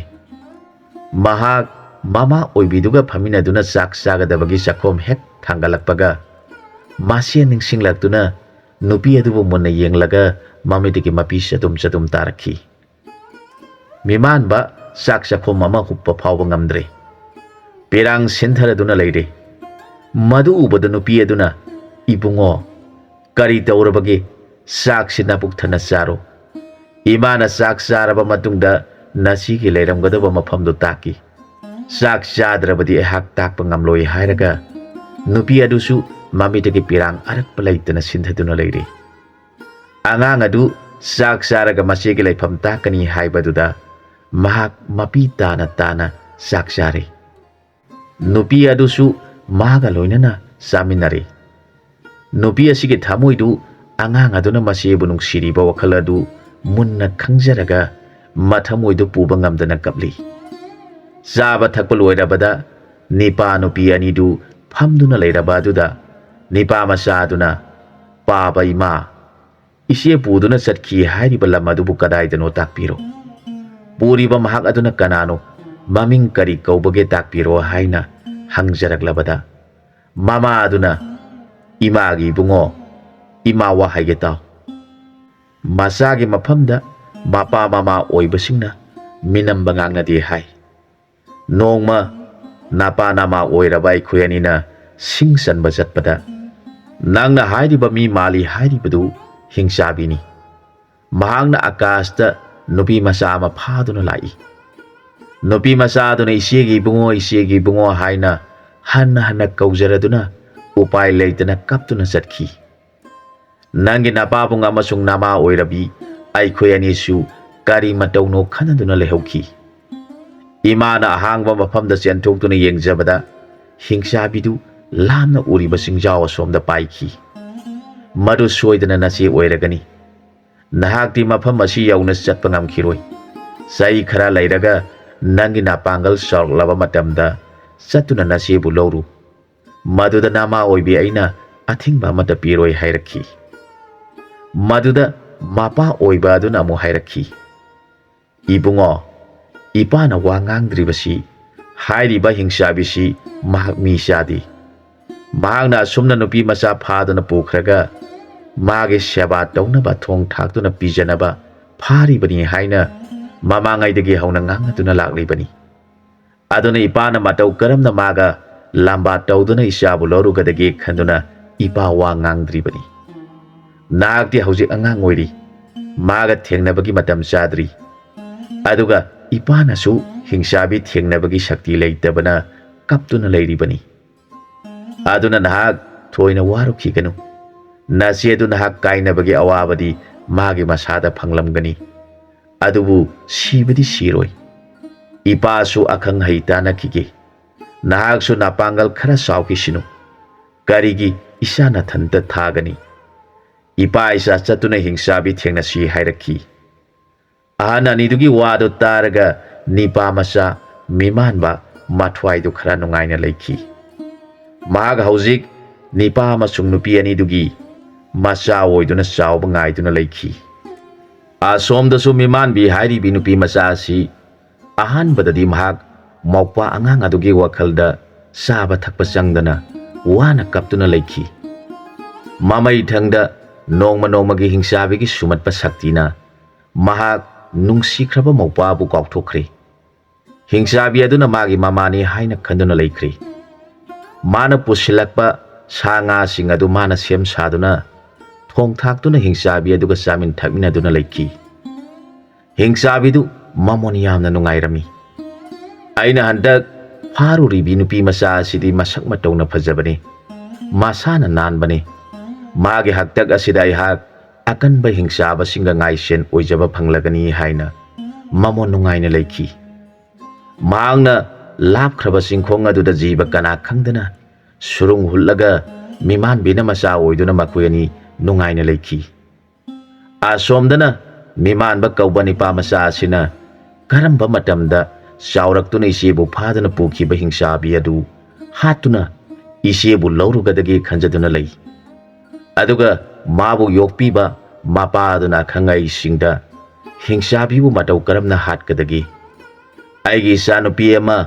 ꯃꯌꯥꯝꯅ ꯍꯥꯏꯅꯕ ꯍꯤꯡꯆꯥꯕꯤꯗꯨꯅ ꯄꯨꯗꯨꯅ ꯆꯠꯈ꯭ꯔꯦ꯫ ꯏꯆꯥꯕꯨ ꯃꯇꯧ ꯀꯔꯝꯅ ꯀꯟꯒꯗꯒꯦ ꯍꯥꯏꯅ ꯍꯪꯖꯕ ꯂꯦꯞꯇ꯭ꯔꯤ꯫ ꯃꯥꯅ ꯑꯁꯨꯝꯅ ꯑꯈꯪꯕꯅꯤ ꯑꯍꯩꯕꯅꯤ ꯍꯥꯏꯕ ꯃꯤꯁꯛ ꯃꯈꯩ ꯍꯪꯖꯔꯛꯄꯅ ꯅꯣꯡꯃ ꯁꯥꯙꯨ ꯂꯝꯕꯣꯏꯕ ꯑꯃ ꯚꯤꯈꯥꯔꯤ ꯑꯣꯏꯅ ꯂꯥꯛꯄ ꯊꯦꯡꯅꯔꯦ꯫ ꯃꯥꯒꯤ ꯃꯐꯝꯗ ꯋꯥꯔꯤ ꯄꯨꯝꯅꯃꯛ ꯆꯤꯠꯊꯕ ꯇꯧꯗꯅ ꯇꯝꯖꯔꯦ꯫ ꯃꯗꯨꯗ ꯁꯥꯙꯨ ꯑꯗꯨꯅ, ꯏꯕꯨꯡꯉꯣ, ꯅꯪꯅ ꯍꯥꯏꯔꯤꯕ ꯋꯥꯐꯝ ꯑꯗꯨꯗꯤ ꯈꯔꯗꯤ ꯂꯨꯅ ꯊꯣꯛꯏ, ꯑꯗꯨꯕꯨ ꯃꯔꯝ ꯑꯃꯗꯤ ꯇꯥꯛꯀꯦ꯫ ꯍꯤꯡꯆꯥꯕꯤꯅ ꯆꯦꯟꯈꯤꯕ ꯃꯍꯥꯛꯅ ꯅꯈꯣꯏꯕꯨ ꯃꯁꯛ ꯈꯪꯂꯕꯗꯤ ꯍꯤꯡꯆꯥꯕꯤꯗꯨ ꯍꯥꯠꯄ ꯌꯥꯒꯅꯤ, ꯃꯗꯨ ꯅꯠꯇ꯭ꯔꯕꯗꯤ ꯈꯔ ꯂꯨꯅ ꯊꯣꯛꯀꯅꯤ ꯍꯥꯏꯔꯛꯈꯤ꯫ ꯅꯤꯄꯥ ꯑꯗꯨꯅ ꯑꯃꯨꯛ ꯍꯥꯏꯔꯛꯈꯤ, ꯕꯥꯕꯥꯅ ꯃꯔꯝꯗꯨ ꯇꯥꯛꯄꯤꯔꯝꯃꯨ꯫ ꯏꯆꯥꯅꯨꯄꯤ ꯑꯗꯨꯅ ꯃꯁꯛ ꯈꯪꯒꯗꯕ ꯏꯆꯥꯅꯤꯄꯥ ꯃꯥꯒꯤꯅ ꯃꯧꯄ꯭ꯋꯥ ꯑꯃ ꯂꯩ, ꯃꯆꯦ ꯑꯗꯨꯅ ꯃꯍꯥꯛꯄꯨ ꯎꯕꯗ ꯁꯣꯏꯗꯅ ꯃꯁꯛ ꯈꯪꯒꯅꯤ ꯍꯥꯏꯔꯛꯈꯤ꯫ ꯑꯗꯨ ꯑꯣꯏꯔꯕꯗꯤ ꯇꯥꯛꯂꯒꯦ ꯍꯥꯏꯗꯨꯅ ꯂꯝꯕꯣꯏꯕ ꯑꯗꯨꯅ ꯑꯍꯥꯟꯕꯗ ꯃꯆꯤꯟ ꯃꯧꯄ꯭ꯋꯥ ꯑꯅꯤꯗꯨ ꯃꯁꯛ ꯈꯪꯅꯔꯕ ꯃꯇꯨꯡꯗ ꯃꯆꯦ ꯑꯗꯨꯗ ꯌꯥꯏ ꯃꯈꯜ 3 ꯄꯨꯟꯅ ꯁꯨꯒꯥꯏꯗꯨꯅ ꯅꯤꯡꯊꯤꯅ ꯁꯦꯝꯗꯨꯅ ꯊꯝꯂꯒ ꯄꯨꯔꯣ꯫ ꯃꯆꯦ ꯑꯗꯨꯗ ꯃꯗꯨꯕꯨ ꯅꯤꯡꯊꯤꯅ ꯁꯤꯟꯅꯗꯨꯅ ꯍꯤꯡꯆꯥꯕꯤꯅ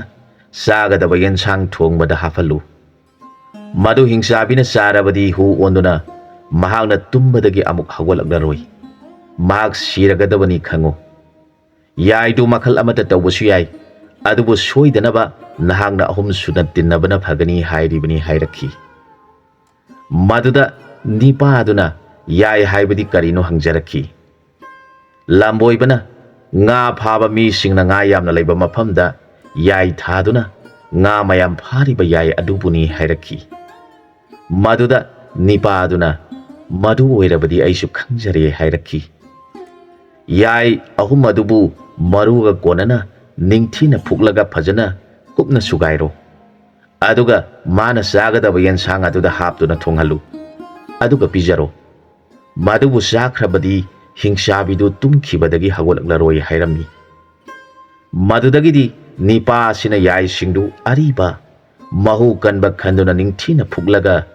ꯅꯨꯡꯁꯥꯗ ꯀꯪꯅꯕ ꯐꯧꯔꯒ ꯀꯨꯞꯅ ꯁꯨꯒꯥꯏꯗꯨꯅ ꯊꯝꯂꯦ꯫ ꯃꯆꯥꯅꯤꯄꯥ ꯑꯁꯤ ꯆꯥꯎꯕ ꯉꯥꯏꯗꯨꯅ ꯆꯍꯤ ꯈꯔ ꯂꯩꯈꯤ꯫ ꯑꯉꯥꯡ ꯑꯗꯨ ꯅꯣꯡꯃ ꯅꯣꯡꯃꯒꯤ ꯆꯥꯎꯔꯛꯄꯅ ꯆꯍꯤ 13-15 ꯁꯨꯖꯜꯂꯛꯂꯦ꯫ Nongmadi khunadugꯤ sanabungda nipa macha pakhangsing puna sanaduna leiringaida laiba adugi Rajkumari Tilotama kaubi asina sagol gari tongduna Raj kaina singelonin lam yengba laklami maduda nipa pakhang mayam sanaduna athoi hen tanariba singadubu mahangna yengsilakpada masak matau phajakraba tingyang sumba pakhang kusu ngauba aduna mayamdagi hekta thoiba hekta henba adubu uraga Rajkumari Tilotamana gari khamkho sanaribasi ngayakti yengisi hairakle mayamdu garidagi kumtharaktuna sanaba yengliba miyamgi marakta changduna yengba yaure maduda mangjong senjong mungna kangjai pumnamakta nipa aduna hekta henduna mayamna mangonda mana pire Rajkaina aduna su mahaktabu yengduna lei mahangnadi amukta su hana yenglakti maduda Rajkumari na nipa ama thajanduna magi manakta lau mana pige hailuri nipa adudi kana sunati mahak miman ba haiba nipa masa aduni mag haujik sai tara mangarom sujalakli nipa aduna haiba aduda mag su nipa adugi matung induna Rajkumari gi manak tamna changsilakli magna Rajkumari bu yengjaraga kari haibigadabano hangjarakhi Rajkumari na hairakhi sanababu adumna sanaba haunabra khudingmak adumna thoinaba honariba adubu watabra mi sukhra thoijasinu hairakhi maduda miman bana aidi adumna tawi haibadi khangjahaudri matungdadi mina ngamhanjarage saubiba yadre hairakhi mage wadu taraga Rajkumari aduna noklaga isena nungsiduna phagi tawbani yengbada yamna nungaikhre aduna mana amatang pijage tawbani hairaga majaibe magi khudop maming thari badu mangonda lauro aina sanaba phaba aduda mana pirabani haiduna pi maduda miman bak kauba naha sina hairakhi aidi masidi logjaba ngamjaroi masina maram oiduna tona leiriba aihak awaba soidana tagani hek hairakhi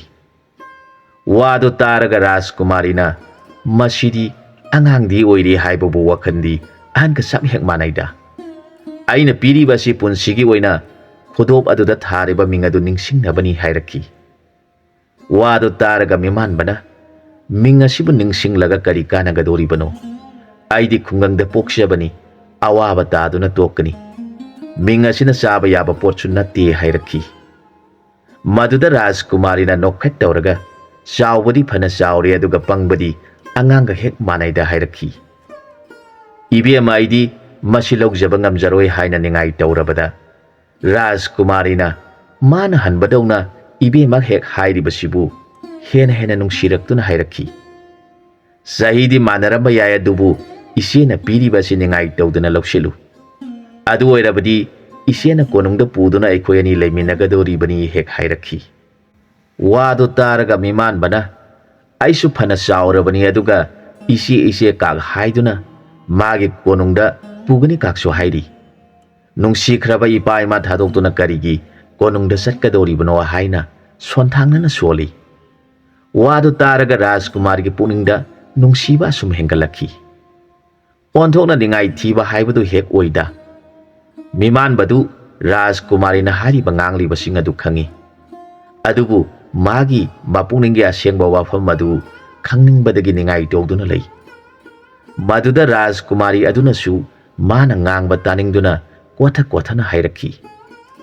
ise haina aina nataw yeningduna haiba aduda saura male aihak amu hana ise haiba wahaidu haijararoi kari kau haibano kaujarage saubiraganu ngasi aina pijariba khudobasi lausin bidrabadi aina ningjariba pumnamaksi manglagani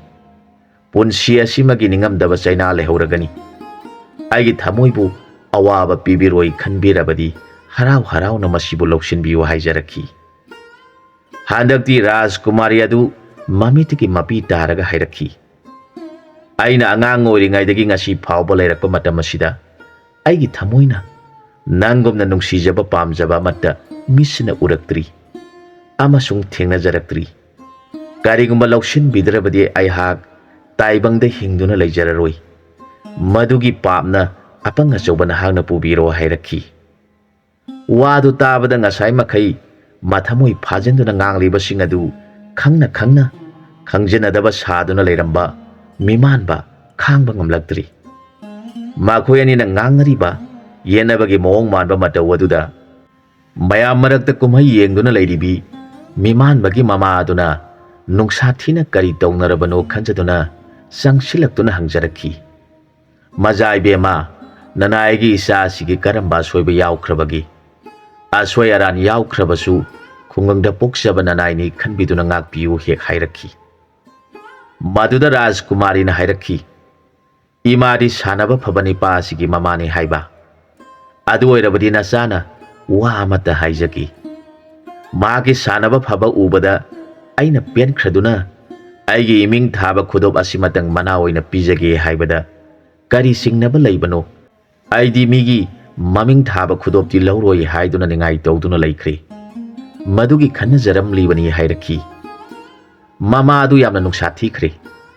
ꯃꯆꯥ ꯃꯊꯟꯇ ꯂꯩꯖꯕ ꯑꯗꯨꯗ ꯅꯤꯡꯊꯧꯒꯤ ꯃꯆꯥ ꯏꯕꯦꯝꯃꯅ ꯃꯃꯤꯡ ꯊꯥꯕ ꯈꯨꯗꯣꯞ ꯄꯤꯕꯗ ꯃꯆꯥꯅ ꯂꯧ ꯍꯥꯏꯕ ꯌꯥꯗ꯭ꯔꯤꯕꯗꯨ ꯆꯨꯝꯃꯤ ꯍꯥꯏꯅ ꯈꯟꯗꯨꯅ ꯑꯁꯨꯝꯅ ꯍꯥꯏꯖꯔꯛꯈꯤ, "ꯃꯖꯥ ꯏꯕꯦꯝꯃ, ꯅꯅꯥꯏ ꯑꯁꯤꯗꯤ ꯈꯨꯡꯒꯪꯗ ꯄꯣꯛꯆꯕ ꯇꯣꯜꯂꯕꯤ ꯑꯩꯒꯤ ꯏꯆꯥꯅꯤ꯫ ꯑꯗꯨꯅ ꯁꯅꯥ ꯏꯕꯦꯝꯃꯅ ꯃꯤꯡ ꯊꯥꯕ ꯈꯨꯗꯣꯞ ꯑꯗꯨ ꯄꯤꯕꯤꯒꯅꯤ ꯍꯥꯏꯕ ꯑꯗꯨꯗ ꯀꯤꯖꯗꯨꯅ ꯇꯧꯔꯤꯕꯅꯤ꯫ ꯃꯃꯥ ꯑꯣꯏꯕꯤ ꯑꯩꯍꯥꯛꯁꯨ ꯆꯤꯡꯅꯖꯩ꯫ ꯅꯅꯥꯏ ꯑꯩꯈꯣꯏꯗꯤ ꯑꯇꯣꯟꯕ ꯃꯤꯁꯛꯅꯤ꯫ ꯆꯥꯟꯕꯤꯗꯨꯅ ꯃꯅꯥ ꯑꯗꯨ ꯀꯣꯟꯅ ꯃꯗꯨ ꯅꯠꯇꯕ ꯑꯃ ꯄꯤꯕꯤꯔꯣ" ꯍꯪꯒꯠꯆꯔꯛꯈꯤ꯫ ꯃꯃꯥ ꯑꯗꯨꯒꯤ ꯋꯥꯗꯨ ꯇꯥꯔꯒ ꯔꯥꯖꯀꯨꯃꯥꯔꯤꯅ ꯃꯈꯥ ꯇꯥꯔꯛꯈꯤ, "ꯏꯃꯥ, ꯑꯩꯗꯤ ꯃꯥꯒꯤ ꯃꯐꯝꯗ ꯊꯃꯣꯏ ꯇꯥꯅ ꯑꯩꯒꯤ ꯈꯨꯗꯣꯞ ꯑꯁꯤ ꯄꯤꯖꯔꯒꯦ ꯍꯥꯏꯗꯣꯛꯈ꯭ꯔꯕꯅ ꯄꯤꯗꯕꯗꯤ ꯌꯥꯗ꯭ꯔꯦ꯫ ꯑꯗꯨꯅ ꯃꯤꯌꯥꯝ ꯃꯃꯥꯡ ꯑꯁꯤꯗ ꯂꯥꯎꯊꯣꯛꯆꯔꯒꯦ ꯍꯥꯏꯗꯨꯅ ꯂꯥꯎꯊꯣꯛꯆꯔꯛꯈꯤ꯫ ꯇꯥꯕꯤꯌꯨ, ꯉꯁꯤ ꯁꯥꯟꯅꯕꯒꯤ ꯀꯨꯝꯍꯩ ꯑꯁꯤꯗ ꯇꯤꯟꯕꯤꯔꯤꯕ ꯃꯤꯌꯥꯝꯒꯤ ꯃꯐꯝꯗ ꯂꯩꯕꯥꯛ ꯑꯁꯤꯗ ꯄꯥꯟꯕ ꯅꯤꯡꯊꯧꯒꯤ ꯃꯆꯥꯅꯨꯄꯤ ꯑꯩꯅ ꯃꯌꯥꯝꯗꯒꯤ ꯊꯣꯏꯔꯤꯕ ꯅꯤꯄꯥ ꯑꯁꯤꯗ ꯃꯅꯥ ꯑꯃꯇꯪ ꯄꯤꯖꯅꯤꯡꯉꯤ꯫ ꯑꯗꯨꯕꯨ ꯑꯩꯗꯤ ꯈꯨꯡꯒꯪꯒꯤ ꯁꯥꯟꯅꯕꯁꯤꯒꯤ ꯄꯥꯎ ꯈꯪꯖꯗꯕꯅ ꯀꯔꯤꯒꯨꯝꯕ ꯑꯊꯣꯏꯕ ꯄꯣꯠꯁꯛ ꯑꯃꯠꯇ ꯌꯥꯎꯖꯔꯛꯇ꯭ꯔꯤ꯫ ꯑꯗꯨꯅ ꯑꯩꯅ ꯌꯥꯎꯖꯔꯛꯏꯕ ꯍꯥꯏꯕꯕꯨ ꯑꯩꯒꯤ ꯏꯁꯥꯗ ꯁꯤꯔꯤꯕ ꯈꯨꯗꯣꯞ ꯑꯁꯤꯃꯇꯪ ꯃꯌꯥꯝꯒꯤ ꯃꯀꯣꯛ ꯊꯣꯡꯗꯨꯅ ꯁꯥꯟꯅꯔꯤꯕ ꯅꯤꯄꯥ ꯑꯁꯤꯗ ꯄꯤꯖꯒꯦ꯫ ꯃꯁꯤꯗ ꯃꯤꯌꯥꯝꯅ ꯁꯥꯈꯤ ꯑꯣꯏꯕꯤꯔꯣ ꯈꯪꯕꯤꯔꯣ꯫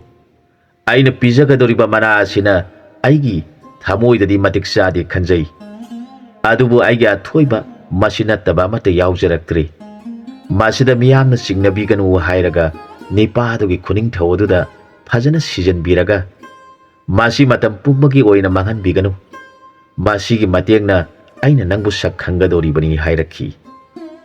ꯔꯥꯖꯀꯨꯃꯥꯔꯤꯒꯤ ꯋꯥꯍꯩꯗꯨ ꯇꯥꯔꯒ ꯃꯃꯥ ꯑꯗꯨ ꯚꯥꯞ ꯇꯥꯔꯛꯈꯤ꯫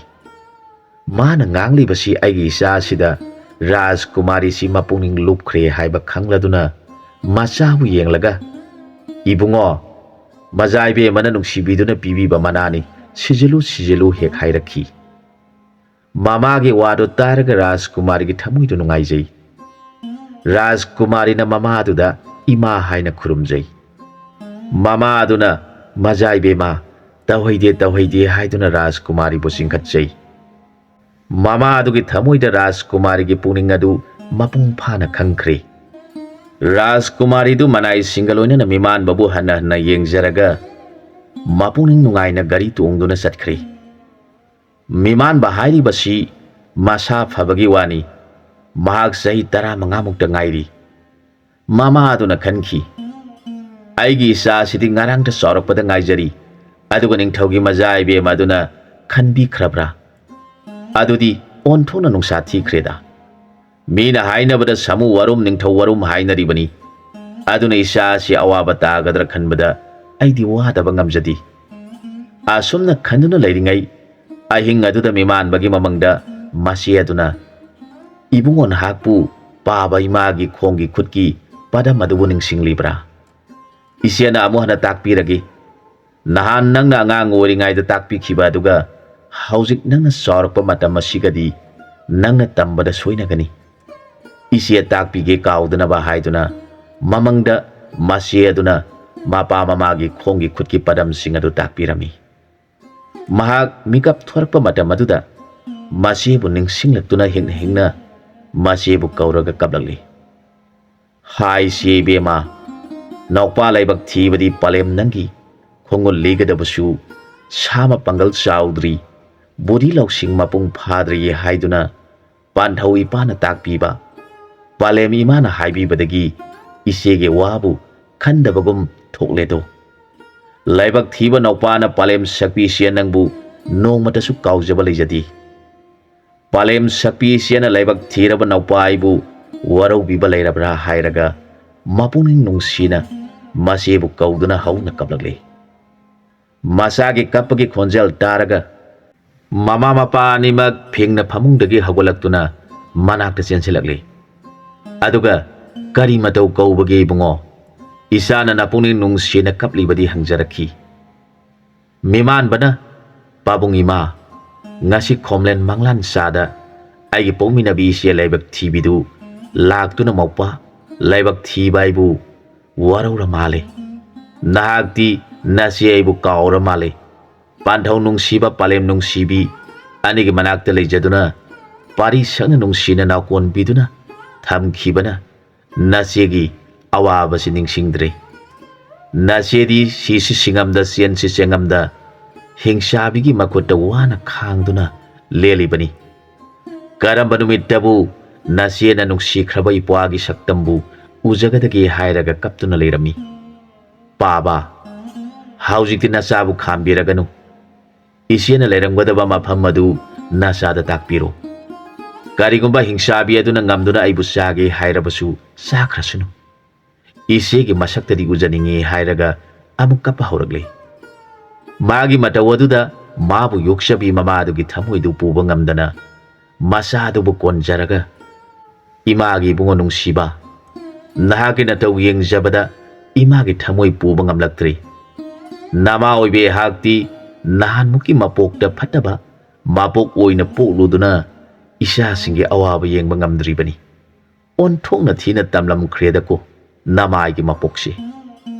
isabu matau karamna hingsabi thengnaba chalu haina mama oibi aihangna haijaba ngamgadoribano hairaga mama adu matanta nongdamabu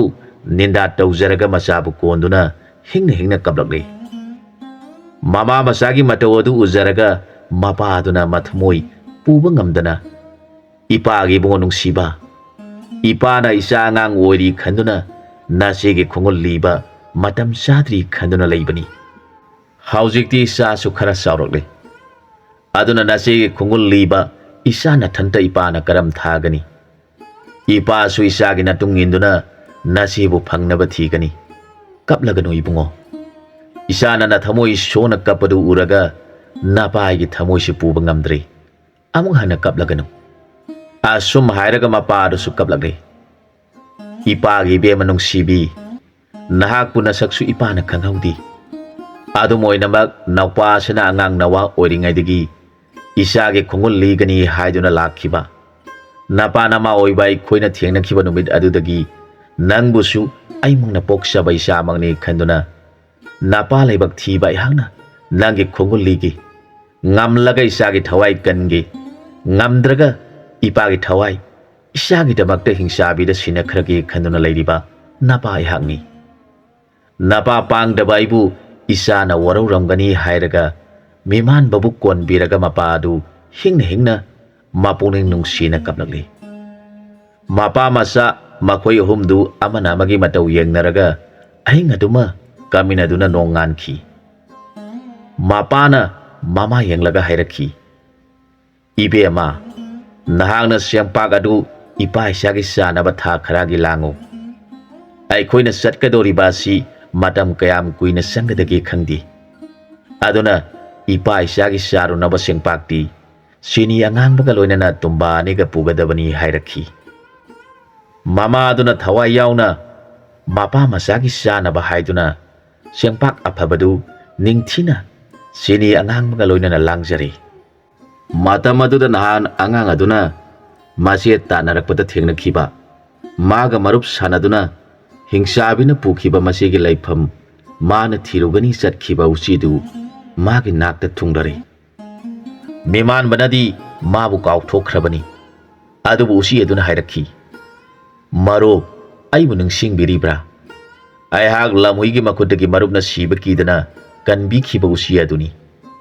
aihakna marupki nating pangjage khanduna isige laifam thijabada koina sum thirakpada sai kaya gi tungda isena leiba mafam adu thengnajari Isedu hauzik phawbadi hingsabiduga yamna nungaina leiminhauri. Aihaksu hingsabina purakpa sa singsaduna matam khara makhoi maung matau yengduna leijarakpani. Aduna marubna hingsabidu karamna hatkani haibadu khanbiu. Makhoi leifamdudi aina mang thaduna satminarasi. Mafamdu yaubada matam kharati sangani hairakhi. Usigi wadu taraga miman bana mahangna angang oina masibu tanajarakpada urakta ahing bakhang naba una mayam khomjelaga leiringaida lamoina usi tanarakpa usina unalakta sangsillaktuna magi matam bakta sangsilakpa lamoina mabu thirakpa tanja saduna mana sadugi mamai paiduna singbada saduna kiman khraduna kanna singbada mana thadok khibada sadu hauriba uda makok esinuna tuba pumna magning singlaktuna usi aduba matam bakta konsinbiraga hingna kaplaga marup aigi se marai bak thibidu haujik phawba lehauri ko hairakhi usina hairakhi marup isi adu haujik phawbadi tekta kaidana lehauri adubu isi adu marupna hek ubada masakti khangloi maramdi mahak sai khara asida mana setkhiba phidu malaktuna segai khibana haujikti mahak saji sangai gi monna magi mafi oiduna selhauri aina khangliba sisu makhoina leiriba surung aduda hingsabina masjak thiba sa thokringaida aina lona changle aduga masi amada lole aduga makhoini na hingsabina pusilakwa sa singa du isiena thongduna sai makhoina tungkhraba matamda aina lotpham dagi thoklaklaga isi adugi manakta sangsillaga magi manamadu numit kharani namle manamadu marukki manam aduga sammanai aduna aina isieni haiba khangba ngamleibani madu natrabadi isieni haiba pak khangloi aina isieni haiba tasena khanglaba matungda numit kharani leiramlaga nangi nanakta nangbu amuk thiba lagliba sini marup nangnadi aibu matam kuiman khraba aduda sagi mapokta pokpani kaukthoklamlagani haina khalamgani aihak marupka thengnaduna ise thirugani haiduna satkhiba numit adudagi sarani suna sadribani nomagi aphang balambida thengnaba khara saduna hinglaklibani aihak khudong thiba khara su thengnari nomagi numit amada aihak nongpak amada kakhatuna isegi manam lauduna leiringaida usi thembi haibu useg aduna nongthaktagi magi mami aduna agi thakta tahallaga themba horakhi aihak magi mamigi shakti aduna isasi pungpang pangsenduna leire matamaduda lam haudong achauba amasu narak aduda aina leiribadu lumduna leiribo oire aina usi thembigi shakti ni isasi pangthaduna leiringaida mahangna paitharaktuna aibu phanaba khalingai matamaduda lam haudong aduna su aibu lakadabagi hek song silakpa tanja sanaduna makhoyanina amana paitharakpa amana hek song silakpa aduda makhoyani adu thingjenari haudong aduna usi thembi kharang adugi masadu ta phakri maduda usi thembigi masaduna aigi kok asida puraklami maduda aihak gyal laktuna nongpak thaktagi songthokle aduga selakle makhoi ani kanna phuna haure kanana ngambano haiba aihak khankhidri kiduna narak aduda adum selakle masida natana khudong thiba khara su thengnarakhi adubu aina khanki agi thawai kan birakpa marup adugi maphamda isi thibagi thabag adu aina oigani hairambana aihak siba sangba karisu khandana isege manam thiduna lakhibana noma hingsabina machinjak taba satkringaida isege laifam thengna jarakhibani asum haina usi eduna mamitigi mapi taraga magi marup miman bagi maphamda wari esi tamlaga marup nahakti isege wakhan khanbana oiba tare nasadu yamna pharamle hek hairakhi usigi wado taraga miman ba usibu kolaga hingna kablakhi marup nangna hairibudu sumi nangna aibu saiba matik sai adubu aibu yokpiriba pabung ima asina nahak angangoi mali hingsabi thengnaba ngamkhiroi na sadu jawba mapung phan ko na pangan matik sahan ko haiduna ꯈꯥꯝꯈꯤꯕꯅ ꯑꯩꯅ ꯏꯆꯦꯕꯨ ꯀꯥꯎꯊꯣꯛꯄ ꯇꯥꯈ꯭ꯔꯦ꯫ ꯑꯁꯨꯝ ꯍꯥꯏꯔꯒ ꯃꯄꯨꯛꯅꯤꯡ ꯅꯨꯡꯁꯤꯔꯛꯇꯨꯅ ꯍꯧꯅ ꯃꯁꯤꯕꯨ ꯀꯧꯔꯒ ꯀꯞꯂꯛꯂꯤ꯫ ꯃꯥꯅ ꯀꯞꯄꯒꯤ ꯃꯈꯣꯜ ꯇꯥꯕꯗ ꯃꯄꯥ ꯃꯃꯥ ꯑꯅꯤꯗꯨ ꯆꯦꯟꯊꯣꯔꯛꯇꯨꯅ ꯀꯔꯤ ꯇꯧꯔꯕꯒꯦ ꯍꯥꯏꯗꯨꯅ ꯃꯅꯥꯛꯇ ꯆꯪꯂꯛꯂꯤ꯫ ꯃꯗꯨꯗ ꯃꯄꯥ ꯃꯃꯥ ꯑꯅꯤꯗ ꯍꯤꯡꯆꯥꯕꯤꯅ ꯃꯆꯦ ꯆꯦꯟꯈꯤꯕ, ꯃꯥꯅ ꯇꯥꯟꯅꯔꯛꯄ, ꯑꯍꯤꯡ ꯑꯏꯪꯕꯗ ꯂꯩꯅꯕ ꯎꯅꯥ ꯈꯣꯝꯖꯤꯟꯗꯨꯅ ꯂꯦꯟꯈꯤꯕ, ꯃꯥꯒꯤ ꯃꯔꯨꯞ ꯎꯆꯤ ꯊꯦꯡꯅꯈꯤꯕ ꯄꯨꯝꯅꯃꯛ ꯆꯤꯊꯗꯅ ꯇꯝꯖꯔꯒ ꯃꯄꯨꯛꯅꯤꯡ ꯅꯨꯡꯁꯤꯔꯛꯇꯨꯅ ꯎꯆꯤꯅ ꯃꯆꯦꯕꯨ ꯀꯥꯎꯊꯣꯛꯇꯨꯅ ꯅꯨꯡꯉꯥꯏꯅ ꯂꯩꯔꯦ ꯈꯟꯈꯤꯕꯁꯤꯡ ꯑꯗꯨ ꯇꯝꯖꯔꯒ ꯍꯟꯅ ꯍꯟꯅ ꯀꯞꯆꯔꯛꯂꯤ꯫ ꯃꯥꯒꯤ ꯃꯇꯧ ꯑꯗꯨ ꯎꯖꯔꯒ ꯃꯄꯥ ꯃꯃꯥ ꯎꯆꯤ ꯄꯨꯝꯅꯃꯛ ꯀꯞꯃꯤꯟꯅꯈꯤ꯫ ꯎꯆꯤ ꯑꯁꯤꯒꯗꯤ ꯃꯍꯥꯛꯀ ꯂꯥꯏ ꯑꯃꯒꯤ ꯕꯣꯔꯗꯒꯤ ꯃꯈꯣꯏ ꯑꯅꯤ ꯃꯔꯣꯟ ꯈꯪꯅꯩ꯫ ꯉꯁꯥꯏꯒꯤ ꯂꯝꯍꯨꯏ ꯑꯗꯨ ꯕꯣꯟ ꯑꯗꯨꯗ ꯂꯩꯕ ꯂꯥꯏꯅꯤꯡꯊꯧꯅ ꯑꯉꯥꯡ ꯑꯗꯨꯒꯤ ꯃꯇꯧ ꯌꯦꯡꯕ ꯉꯝꯗꯕꯗꯒꯤ ꯂꯝꯍꯨꯏ ꯑꯣꯏꯅ ꯑꯣꯟꯗꯨꯅ ꯎꯆꯤ ꯑꯗꯨꯒ ꯑꯉꯥꯡ ꯑꯗꯨꯒ ꯊꯦꯡꯅꯅꯕ ꯂꯝꯍꯨꯏ ꯁꯥꯔꯒ ꯎꯆꯤ ꯑꯗꯨ ꯐꯥꯅꯕ ꯇꯥꯟꯅꯔꯛꯈꯤꯕꯅꯤ꯫ ꯂꯝꯍꯨꯏ ꯑꯗꯨꯅ ꯃꯀꯣꯛ ꯑꯗꯨꯅ ꯎꯗ ꯌꯩꯁꯤꯟꯕꯗ ꯃꯍꯥꯛꯅ ꯍꯟꯅ ꯍꯟꯅ ꯑꯁꯨꯝꯅ ꯇꯧꯕ ꯇꯥꯔꯕꯗꯤ ꯈꯨꯗꯣꯡꯊꯤꯕ ꯊꯣꯛꯂꯒꯅꯤ, ꯑꯁꯨꯝ ꯈꯟꯗꯨꯅ ꯅꯈꯣꯏ ꯑꯅꯤ ꯅꯔꯣꯟ ꯈꯪꯅꯖꯕ ꯑꯣꯏꯖꯔꯣ ꯍꯥꯏꯅ ꯕꯣꯔ ꯄꯤꯔꯝꯂꯒ ꯂꯝꯍꯨꯏ ꯑꯗꯨ ꯃꯥꯡꯈꯤꯕꯅꯤ꯫ ꯑꯗꯨꯅꯅꯤ ꯃꯈꯣꯏ ꯑꯅꯤꯗꯤ ꯃꯔꯣꯟ ꯈꯪꯅꯔꯤꯕꯗꯨ꯫ ꯃꯃꯥ ꯑꯗꯨꯅ ꯃꯆꯥꯒꯤ ꯃꯇꯧ ꯌꯦꯡꯕ ꯉꯝꯗ꯭ꯔꯕꯗ, ꯏꯃꯥꯒꯤ ꯏꯕꯨꯡꯉꯣ ꯅꯨꯡꯁꯤꯕ,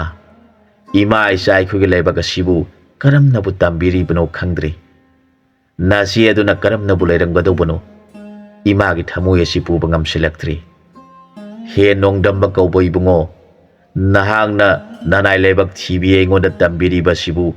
ꯀꯔꯝꯅꯕꯨ ꯇꯝꯕꯤꯔꯤꯕꯅꯣ? ꯅꯅꯥꯏꯒꯤ ꯃꯄꯣꯛ ꯑꯁꯤ ꯑꯣꯟꯊꯣꯛꯄ ꯂꯥꯏꯕꯛ ꯍꯥꯏꯕꯗꯨꯅꯤ ꯍꯥꯏꯖꯔꯒ ꯍꯤꯡꯅ ꯍꯤꯡꯅ ꯀꯞꯂꯛꯂꯦ꯫ ꯑꯗꯨꯒ ꯍꯥꯏꯔꯛꯈꯤ, ꯏꯃꯥꯒꯤ ꯏꯕꯨꯡꯉꯣ ꯅꯨꯡꯁꯤꯕ, ꯅꯍꯥꯛꯀꯤ ꯃꯔꯨꯞꯅꯤ ꯍꯥꯏꯔꯤꯕ ꯃꯔꯨꯞ ꯑꯗꯨꯒꯤ ꯁꯔꯨꯛ ꯆꯥꯅꯕ ꯏꯃꯥꯅ ꯄꯤꯔꯒꯦ꯫ ꯅꯪꯒꯤ ꯃꯔꯨꯞ ꯑꯗꯨꯕꯨ ꯅꯤꯡꯊꯤꯅ ꯄꯤꯖꯔꯣ꯫ ꯏꯆꯥ ꯑꯗꯨꯁꯨ ꯂꯥꯏꯕꯛ ꯊꯤꯕ ꯅꯍꯥꯛꯀ ꯃꯔꯨꯞ ꯑꯣꯏꯔꯨꯕꯗꯒꯤ ꯑꯋꯥꯕ ꯁꯔꯨꯛ ꯌꯥꯎꯃꯤꯟꯅꯔꯦꯗꯣ꯫ ꯃꯥꯅ ꯀꯔꯤ ꯄꯥꯝꯅ ꯆꯥꯕꯒꯦ ꯏꯃꯥꯗ ꯇꯥꯛꯑꯣ ꯍꯪꯂꯛꯈꯤ꯫ ꯃꯗꯨꯗ ꯎꯆꯤ ꯑꯗꯨꯅ ꯃꯥꯒꯤ ꯃꯔꯨꯞ ꯌꯦꯡꯂꯒ ꯃꯃꯤꯠꯇ ꯃꯄꯤ ꯁꯤꯟꯊꯅ, ꯃꯔꯨꯞ, ꯏꯃꯥꯅ ꯍꯥꯏꯔꯤꯕꯁꯤ ꯏꯃꯥꯅ ꯄꯤꯕꯤꯕ ꯑꯗꯨꯗ ꯆꯥꯖꯒꯦ ꯍꯥꯏꯌꯨ꯫ ꯑꯩꯁꯨ ꯃꯥꯒꯤ ꯃꯆꯥ ꯉꯁꯤꯗꯒꯤ ꯑꯣꯏꯖꯔꯕꯅꯤ ꯍꯥꯏꯔꯒ ꯎꯆꯤ ꯑꯗꯨ ꯃꯃꯤꯠꯇ ꯃꯄꯤ ꯁꯤꯟꯊꯔꯤ꯫ ꯃꯗꯨꯗ ꯃꯃꯥ ꯑꯗꯨꯅ ꯄꯥꯇ꯭ꯔ ꯑꯃꯗ ꯑꯊꯣꯡꯕ ꯆꯥꯛ ꯏꯟꯁꯥꯡ ꯂꯧꯊꯣꯛꯄꯤꯔꯒ ꯎꯆꯤꯕꯨ ꯄꯤꯖꯔꯦ꯫ ꯎꯆꯤ ꯑꯗꯨꯅ ꯃꯈꯣꯏꯒꯤ ꯊꯧꯖꯥꯜ ꯍꯩꯕ, ꯖꯤꯕꯕꯨ ꯅꯨꯡꯁꯤꯕꯤꯕ ꯃꯇꯧ ꯑꯗꯨ ꯎꯖꯔꯒ ꯃꯊꯃꯣꯏꯗꯨ ꯄꯦꯟꯖꯅ ꯆꯥꯖꯔꯤ꯫ ꯃꯄꯥ ꯑꯗꯨꯅ ꯃꯥꯅ ꯁꯦꯝꯗꯨꯅ ꯊꯝꯂꯤꯕ ꯌꯥꯏ ꯑꯍꯨꯝꯅ ꯇꯤꯟꯗꯨꯅ ꯁꯦꯝꯂꯕ ꯍꯨ ꯑꯗꯨꯕꯨ ꯂꯤꯛꯂꯤ ꯑꯃꯗ ꯅꯤꯡꯊꯤꯅ ꯍꯥꯞꯇꯨꯅ ꯆꯦꯡꯄꯥꯛ ꯈꯥꯎ ꯃꯄꯥ ꯃꯆꯥꯅ ꯄꯨꯅꯕ ꯑꯅꯤꯒ ꯊꯥꯡ ꯃꯆꯥ ꯊꯧꯕ ꯑꯅꯤꯒ ꯃꯄꯥ ꯃꯆꯥꯒꯤ ꯇꯣꯉꯥꯟ ꯇꯣꯉꯥन ꯁꯦꯝꯗꯨꯅ ꯏꯁꯤꯡ ꯁꯣꯛꯅꯕ ꯇꯨꯝꯕꯥ ꯑꯅꯤꯒ ꯂꯣꯏꯅꯅ ꯎꯆꯤꯅ ꯃꯥꯡ ꯊꯥꯔꯒ ꯃꯁꯤꯒꯤ ꯈꯣꯡꯒꯨꯟ ꯂꯤꯕ ꯍꯧꯔꯛꯂꯤ꯫ ꯅꯨꯃꯤꯠ ꯇꯥꯕ ꯃꯐꯝꯗ ꯃꯈꯣꯏ ꯑꯍꯨꯝꯗꯨ ꯆꯦꯡꯄꯥꯛ ꯆꯦꯅꯤ ꯆꯥꯗꯨꯅ ꯂꯩꯔꯒ ꯅꯣꯡ ꯍꯦꯛ ꯉꯥꯟꯕꯒ ꯆꯦꯡꯄꯥꯛ ꯆꯦꯅꯤ ꯆꯥꯔꯒ ꯑꯃꯨꯛ ꯍꯦꯛꯇ ꯆꯠꯄ ꯍꯧꯔꯛꯈꯤ꯫ ꯑꯁꯨꯝꯅ ꯆꯠꯂꯛꯄꯅ ꯆꯍꯤ ꯐꯥꯔꯛꯄꯗ ꯔꯥꯖꯀꯨꯃꯥꯔꯤꯅ ꯁꯥꯟꯅꯕ ꯃꯇꯝ ꯑꯣꯏꯔꯛꯂꯤ꯫ ꯃꯈꯣꯏ ꯁꯣꯏꯗꯅ ꯁꯥꯟꯅꯔꯝꯂꯒꯅꯤ ꯈꯟꯗꯨꯅ ꯃꯃꯥꯟꯅꯕꯤ ꯃꯌꯥꯝꯒ ꯂꯣꯏꯅꯅ ꯃꯤꯃꯥꯟꯕꯒꯤ ꯈꯨꯡꯒꯪꯗ ꯂꯥꯛꯂꯤ꯫ ꯈꯨꯟꯒꯤ ꯅꯍꯥ ꯑꯍꯟ ꯈꯥꯛꯇꯅ ꯁꯥꯟꯅꯕꯨꯡꯗ ꯇꯤꯟꯗꯨꯅ ꯁꯥꯟꯅꯕ ꯌꯦꯡꯂꯤ꯫ ꯃꯌꯥꯝꯗꯨ ꯎꯔꯒ ꯔꯥꯖꯀꯨꯃꯥꯔꯤꯒꯤ ꯄꯨꯛꯅꯤꯡꯗ ꯃꯍꯥꯛ ꯁꯣꯏꯗꯅ ꯌꯥꯎꯔꯝꯂꯒꯅꯤ ꯈꯟꯖꯗꯨꯅ ꯃꯄꯨꯛꯅꯤꯡ ꯌꯥꯝꯅ ꯍꯔꯥꯎꯅ ꯔꯥꯖ ꯀꯩꯅꯥꯁꯤꯡꯒ ꯂꯣꯏꯅꯅ ꯆꯪꯁꯤꯟꯖꯔꯛꯈꯤ꯫ ꯑꯗꯨꯕꯨ ꯃꯥꯅ ꯎꯖꯅꯤꯡꯕ ꯃꯤꯃꯥꯟꯕꯕꯨꯗꯤ ꯎꯕ ꯐꯪꯗ꯭ꯔꯕꯗ ꯃꯊꯃꯣꯏꯗꯨ ꯌꯥꯝꯅ ꯋꯥꯅ ꯃꯍꯥꯛ ꯀꯔꯤ ꯇꯧꯔꯕꯅꯣ ꯃꯁꯥ ꯉꯝꯗ꯭ꯔꯕ꯭ꯔꯥ ꯈꯟꯗꯨꯅ ꯅꯨꯡꯉꯥꯏꯇꯅ ꯂꯩ꯫ ꯃꯥꯅ ꯂꯩꯗꯨꯅ ꯅꯍꯥꯟ ꯃꯃꯥꯅꯤ ꯍꯥꯏꯕꯤꯗꯨ ꯌꯥꯎꯕ꯭ꯔꯥ ꯍꯥꯏꯅ ꯌꯦꯡꯖꯔꯛꯄꯗꯁꯨ ꯃꯃꯥ ꯑꯗꯨꯁꯨ ꯎꯖꯕ ꯐꯪꯗ꯭ꯔꯕꯗ ꯀꯨꯝꯍꯩ ꯌꯦꯡꯂꯤꯕꯤ ꯅꯨꯄꯤ ꯈꯔꯗ ꯍꯪꯖꯔꯛꯈꯤ, ꯏꯃꯥꯈꯣꯏ, ꯍꯥꯀꯨꯝꯒꯤ ꯁꯥꯟꯅꯕ ꯐꯕ ꯅꯤꯄꯥ ꯑꯗꯨꯗꯤ ꯎꯗꯦ, ꯑꯗꯨꯒ ꯃꯈꯣꯏꯒꯤ ꯏꯃꯨꯡꯒꯤ ꯃꯤ ꯌꯥꯎꯕ꯭ꯔꯥ? ꯃꯍꯥꯛ ꯀꯔꯤ ꯇꯧꯔꯕꯒꯦ ꯁꯥꯟꯅꯕ ꯌꯥꯎꯗ꯭ꯔꯤꯕ ꯑꯁꯤꯕꯨ ꯑꯃꯨꯛꯇ ꯍꯪꯖꯒꯦ ꯇꯧꯕꯅꯤ ꯍꯥꯏꯔꯛꯈꯤ꯫ ꯃꯗꯨꯗ ꯅꯨꯄꯤꯁꯤꯡ ꯑꯗꯨꯅ, ꯃꯖꯥ ꯏꯕꯦꯝꯃ, ꯃꯍꯥꯛꯇꯤ ꯃꯆꯦ ꯑꯃ ꯍꯤꯡꯆꯥꯕꯤꯅ ꯆꯦꯟꯈ꯭ꯔꯦ꯫ ꯃꯆꯦꯕꯨ ꯊꯤꯕ ꯃꯄꯥ ꯑꯗꯨꯒ ꯂꯣꯏꯅꯅ ꯍꯤꯡꯆꯥꯕꯤ ꯂꯩꯐꯝꯗ ꯃꯆꯦ ꯑꯗꯨ ꯂꯧꯔꯨꯒꯅꯤ ꯍꯥꯏꯗꯨꯅ ꯆꯠꯈ꯭ꯔꯤ꯫ ꯍꯧꯖꯤꯛ ꯃꯃꯥ ꯑꯗꯨꯅ ꯃꯊꯟꯇ ꯌꯨꯝꯗꯨꯗ ꯀꯞꯇꯨꯅ ꯂꯩꯔꯤꯕꯅꯤ꯫ ꯃꯍꯥꯛꯀꯤ ꯃꯇꯧ ꯌꯦꯡꯕ ꯉꯝꯗ꯭ꯔ ꯄꯣꯠꯅꯤ ꯍꯥꯏꯔꯛꯈꯤ꯫ ꯋꯥꯗꯨ ꯇꯥꯕꯗ ꯔꯥꯖꯀꯨꯃꯥꯔꯤ ꯁ꯭ꯋꯥꯏ ꯂꯥꯎꯏ꯫ ꯃꯍꯥꯛꯅ ꯎꯅꯔꯨꯒꯅꯤ ꯈꯟꯗꯨꯅ ꯑꯁꯥ ꯌꯥꯝꯅ ꯆꯥꯎꯅ ꯅꯨꯡꯉꯥꯏꯅ ꯂꯥꯛꯈꯤꯕꯗꯨ ꯑꯁꯥ ꯀꯥꯏꯔꯦ꯫ aduna nupising aduda ima khoi makhoi yumdi kadaidano amukta takpiu hairabada nupi kharana majaibe malengbira oi khoina taksege haiduna lakminare mama adudi mapa masanina hingsabi laifam thiba satkhiba numit adudagi mayumdagi mapan thoktana mapa masage wakhalda kaptuna dumak lei makhoi mayam sangsilakpadu uraga mama aduna kapna phida putok saraga lengsin biru majaibe ma hairakhi maduda rajkumarina wari sing adu hangjarakhi mama aduna ibema ai khoige laibaga sidi onthona thina tambiramba haibaduni aigi sanupi ahana du nongma hingsabi amana mapa ga ai ani singsan basat khringaida masin mokpa lairingaida masie du busian nu pubi khre isani pa sina masie bo asuki matik nungsijai mana angang oringaidagi ai khoina nase thiba matam sadri nangna sauraklaga napa ga loina punna chatuna thiro haina khamduna thamleibani adubu haujikti mahak khara sorpa matam asidadi khamba yadre mapa aduna isagi matung induna mapa masa masigi khungun lirugani haiduna chatkhiba sahi ama pharakle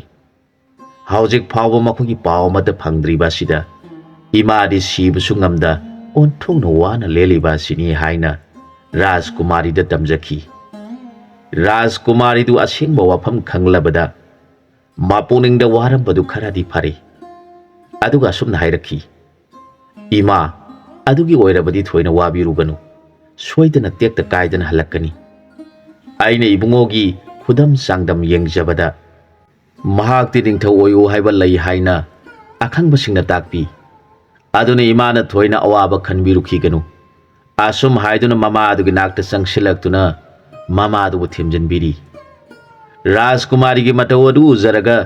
miman bagi mama adu hena mapuning nungsirak tuna kaplakle ima gi bungo nungsiba ima na isa gi maithong nungsijabadu uraktaba thasing masing yamlakle isa bu kari tarunga dage khanbada nama laibak thibidi khanpham khangdre haiduna kapsari rajkumari mama adu gi matawdu uzaraga masu kaplakle mathamoi gi nungsibadu lotuna thamangamlaktri maron thorakle hai bungo nahakuta sengna nungsijabi ai hakni ibungo na salamdai da nanai nupi oibi engonda napaw khon amatang takpiram labadi nanawgi thamoi asi asuk hangna nungai taba oiram loidabani adubu nupi ja oibini kari upai leroi khanbiduna nanai da kari taklamdana satpi khibadi kari dharma oibage haiduna rajkumari maron thorakle nungsibagi mafamdadi ikai ki kari sulaiti haibadu rajkumari na takle maduda mama aduna kapatokladuna rajkumari bu themjanbirakhi ibema ai khoyani na kapli basi phatti isa na satkhri lan phamni hingsa biga thengnagadori bani aduna kapagi mahut lining duna laigadaba matamni nang su kapatoklo ai su kapatoklagi isa gi mangol oina ba ima isa na lining lasi hairakhi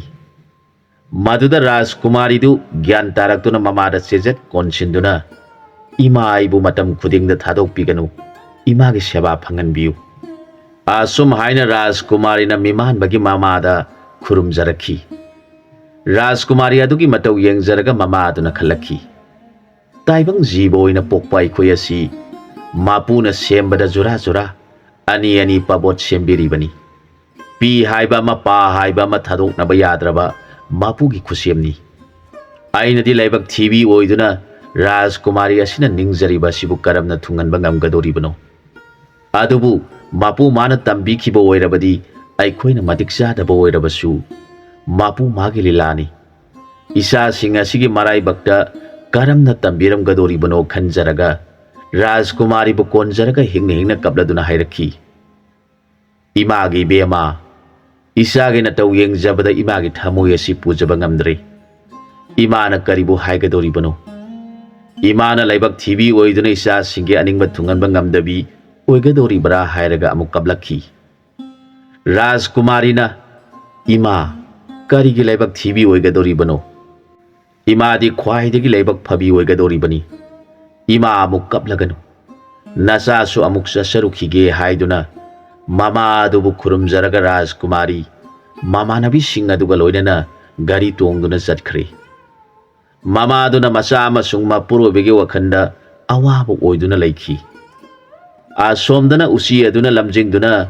hingsabina leiba mafam adu tamna yaukhre. Usi aduna haibegi matungina makhoi khara laptakna leire. Mafam aduda lotpham yengduna leirabada nonganbaga usi aduna sengpak adu mapuk thana charaga ising khara thaklaga narakta lona hingsabi sathokhiba yengduna leikhre. Hingsabi aduna machinjak thiba sathokringaida usi adu amuk magi marupna leiba mafam adu tamna lagle. Aduga hairakhi hauji hingsabi du machinjak thiba sathkhre.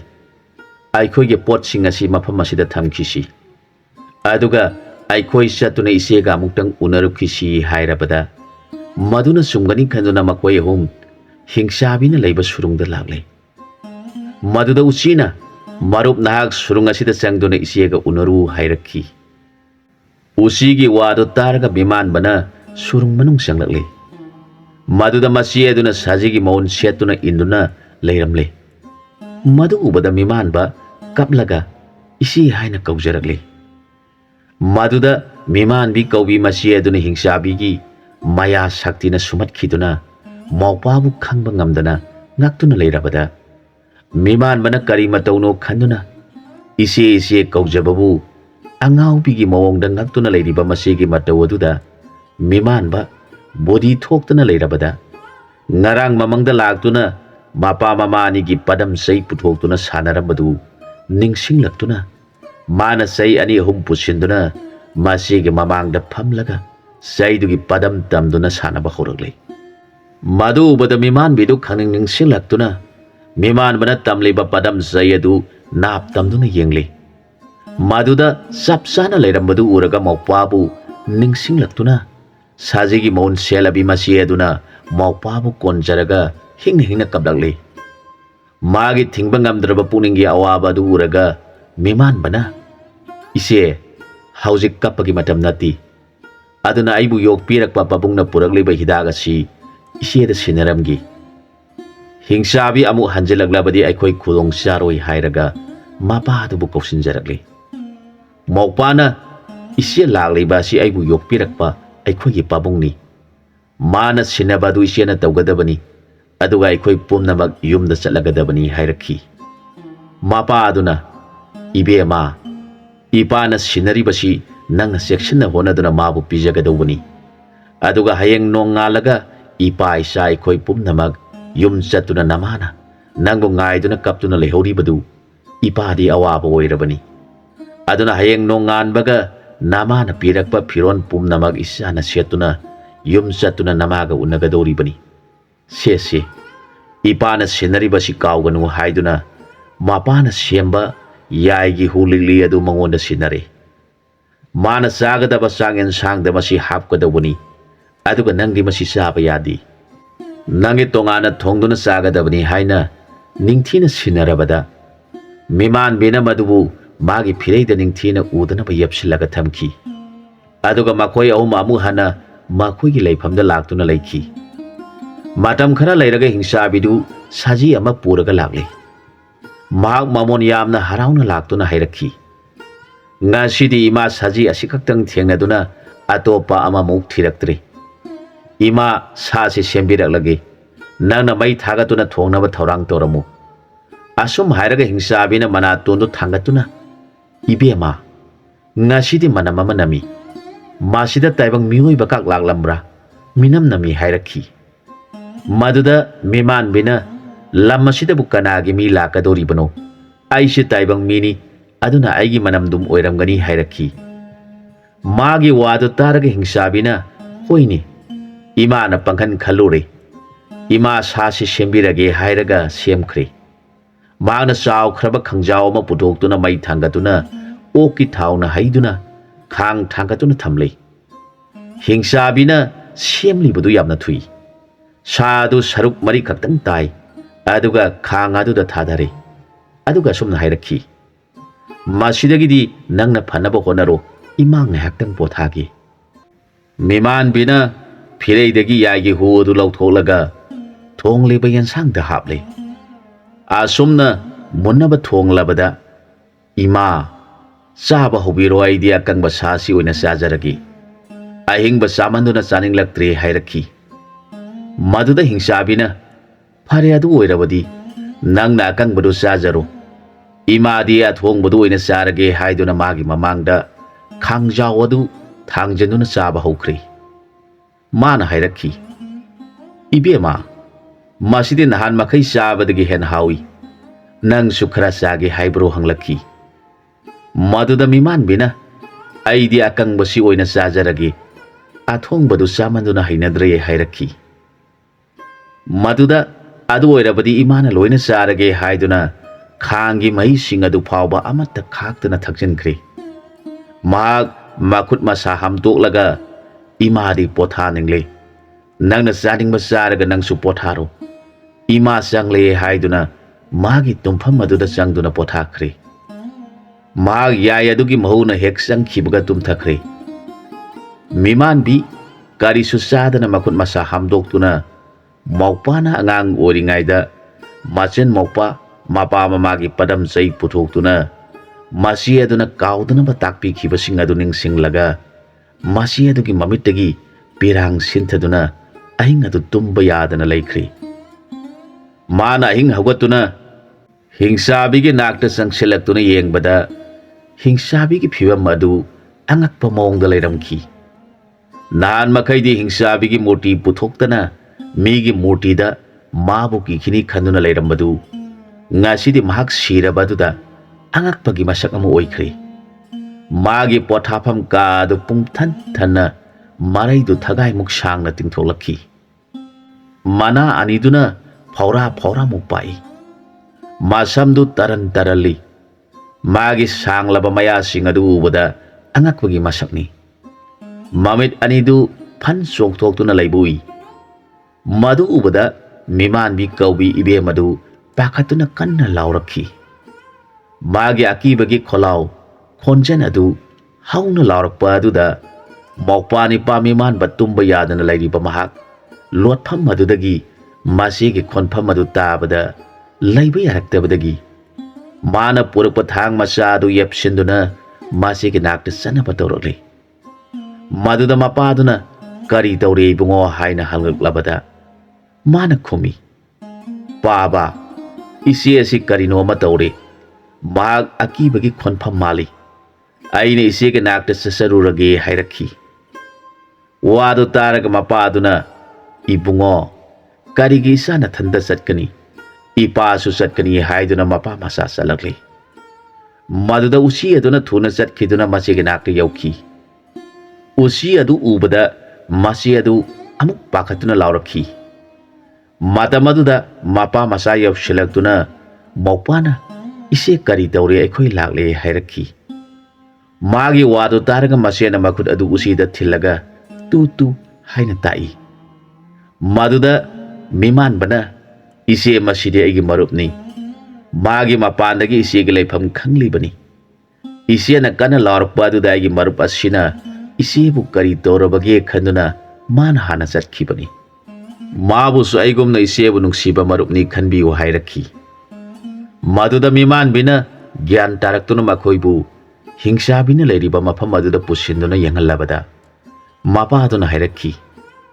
ꯏꯆꯥꯁꯥ, ꯍꯧꯖꯤꯛꯇꯤ ꯍꯤꯡꯆꯥꯕꯤꯁꯤ ꯁꯤꯔꯦ,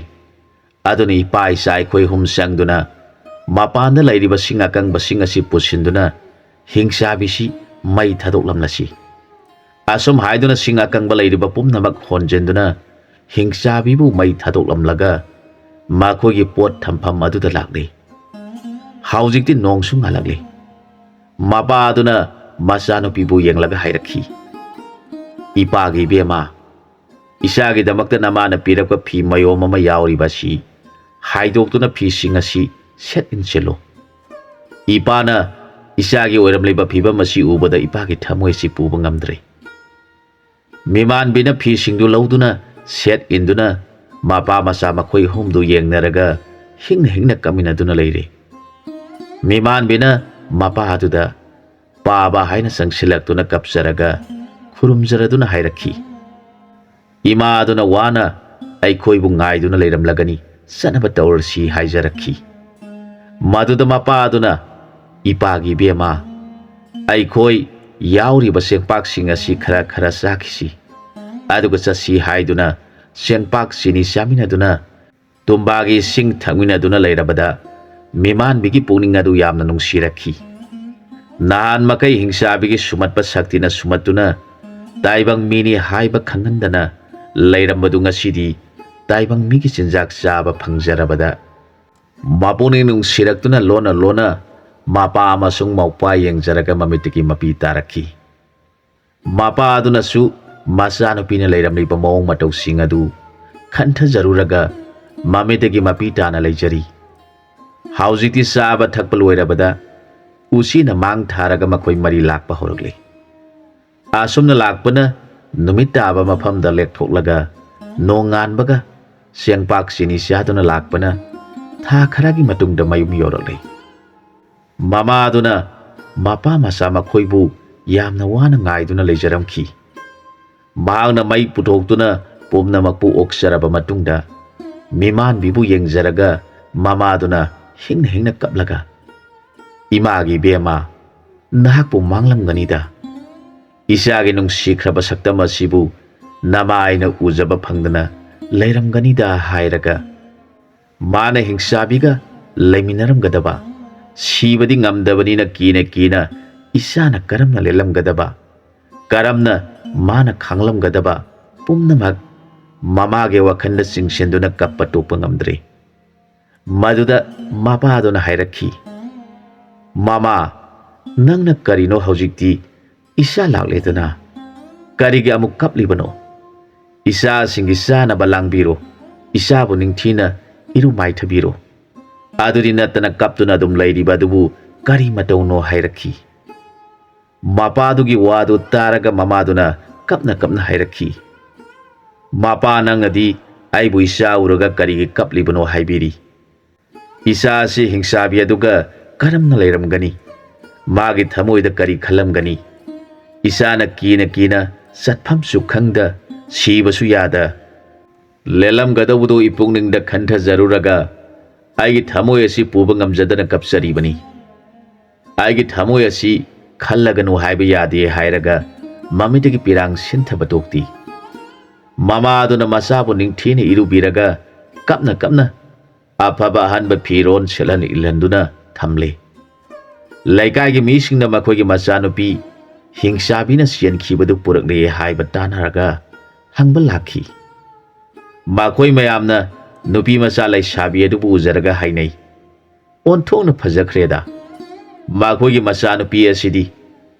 ꯃꯍꯥꯛꯇꯤ ꯑꯉꯥꯡ ꯑꯣꯏꯔꯤꯉꯩꯗ ꯍꯤꯡꯆꯥꯕꯤꯅ ꯐꯥꯔꯨꯕꯅ ꯃꯌꯥꯝ ꯑꯁꯤ ꯎꯕꯗ ꯏꯀꯣꯏ ꯀꯣꯏꯖꯔꯤꯕꯅꯤ꯫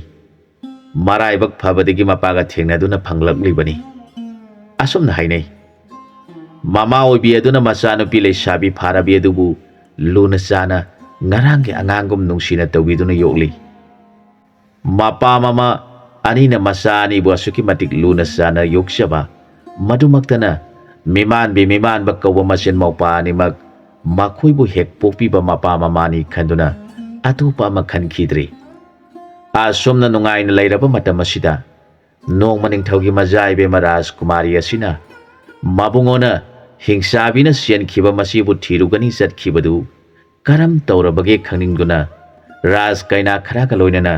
ꯁꯒꯣꯜ ꯒꯥꯔꯤ ꯇꯣꯡꯗꯨꯅ ꯀꯣꯅꯨꯡꯗꯒꯤ ꯑꯍꯥꯎ ꯑꯊꯨꯝ ꯃꯌꯥꯝ ꯄꯨꯗꯨꯅ ꯃꯤꯃꯥꯟꯕꯒꯤ ꯃꯌꯨꯝꯗ ꯂꯥꯛꯈꯤ꯫ ꯃꯗꯨꯗ ꯃꯤꯃꯥꯟꯕꯒꯤ ꯃꯃꯥ ꯑꯗꯨꯅ ꯌꯥꯝꯅ ꯍꯔꯥꯎꯅ ꯃꯆꯥ ꯏꯕꯦꯝꯃꯁꯤꯡ ꯂꯦꯡꯁꯤꯟꯕꯤꯔꯛꯎ ꯍꯥꯏꯗꯨꯅ ꯍꯔꯥꯎ ꯍꯔꯥꯎ ꯀꯧꯁꯤꯟꯖꯗꯨꯅ ꯃꯌꯥꯝ ꯑꯗꯨꯒꯤ ꯐꯝꯅꯕ ꯐꯤꯗꯥ ꯄꯨꯊꯣꯛꯇꯨꯅ ꯊꯥꯖꯩ꯫ ꯃꯇꯧ ꯑꯗꯨ ꯎꯖꯔꯒ ꯔꯥꯖꯀꯨꯃꯥꯔꯤꯅ ꯈꯜꯂꯤ, ꯏꯃꯥ ꯑꯁꯤꯅ ꯉꯁꯤꯗꯤ ꯃꯃꯣꯟ ꯅꯨꯡꯉꯥꯏꯕ ꯃꯇꯧ ꯎꯔꯤꯕꯁꯤꯗꯤ ꯏꯕꯨꯡꯉꯣꯗꯨ ꯏꯆꯦ ꯑꯗꯨ ꯁꯣꯏꯗꯅ ꯐꯪꯂꯝꯂꯒꯅꯤ ꯈꯟꯖꯩ꯫ ꯔꯥꯖꯀꯨꯃꯥꯔꯤꯁꯤꯡ ꯑꯗꯨ ꯅꯤꯡꯊꯤꯅ ꯐꯝꯂꯕ ꯃꯇꯨꯡꯗ ꯃꯃꯥ ꯑꯗꯨꯅ ꯌꯥꯝꯅ ꯍꯔꯥꯎꯅ, ꯃꯆꯥ ꯏꯕꯦꯝꯃ ꯅꯅꯥ ꯑꯩꯈꯣꯏꯒꯤ ꯃꯥꯡꯈꯤꯕ ꯏꯆꯥꯅꯨꯄꯤ ꯑꯗꯨꯁꯨ ꯐꯪꯖꯔꯦ ꯍꯥꯏꯔꯛꯈꯤ꯫ ꯃꯃꯥꯒꯤ ꯋꯥꯗꯨ ꯇꯥꯔꯒ ꯔꯥꯖꯀꯨꯃꯥꯔꯤꯅ, ꯏꯃꯥ ꯏꯆꯦ ꯑꯗꯨꯕꯨ ꯂꯩꯇꯕ꯭ꯔꯥ?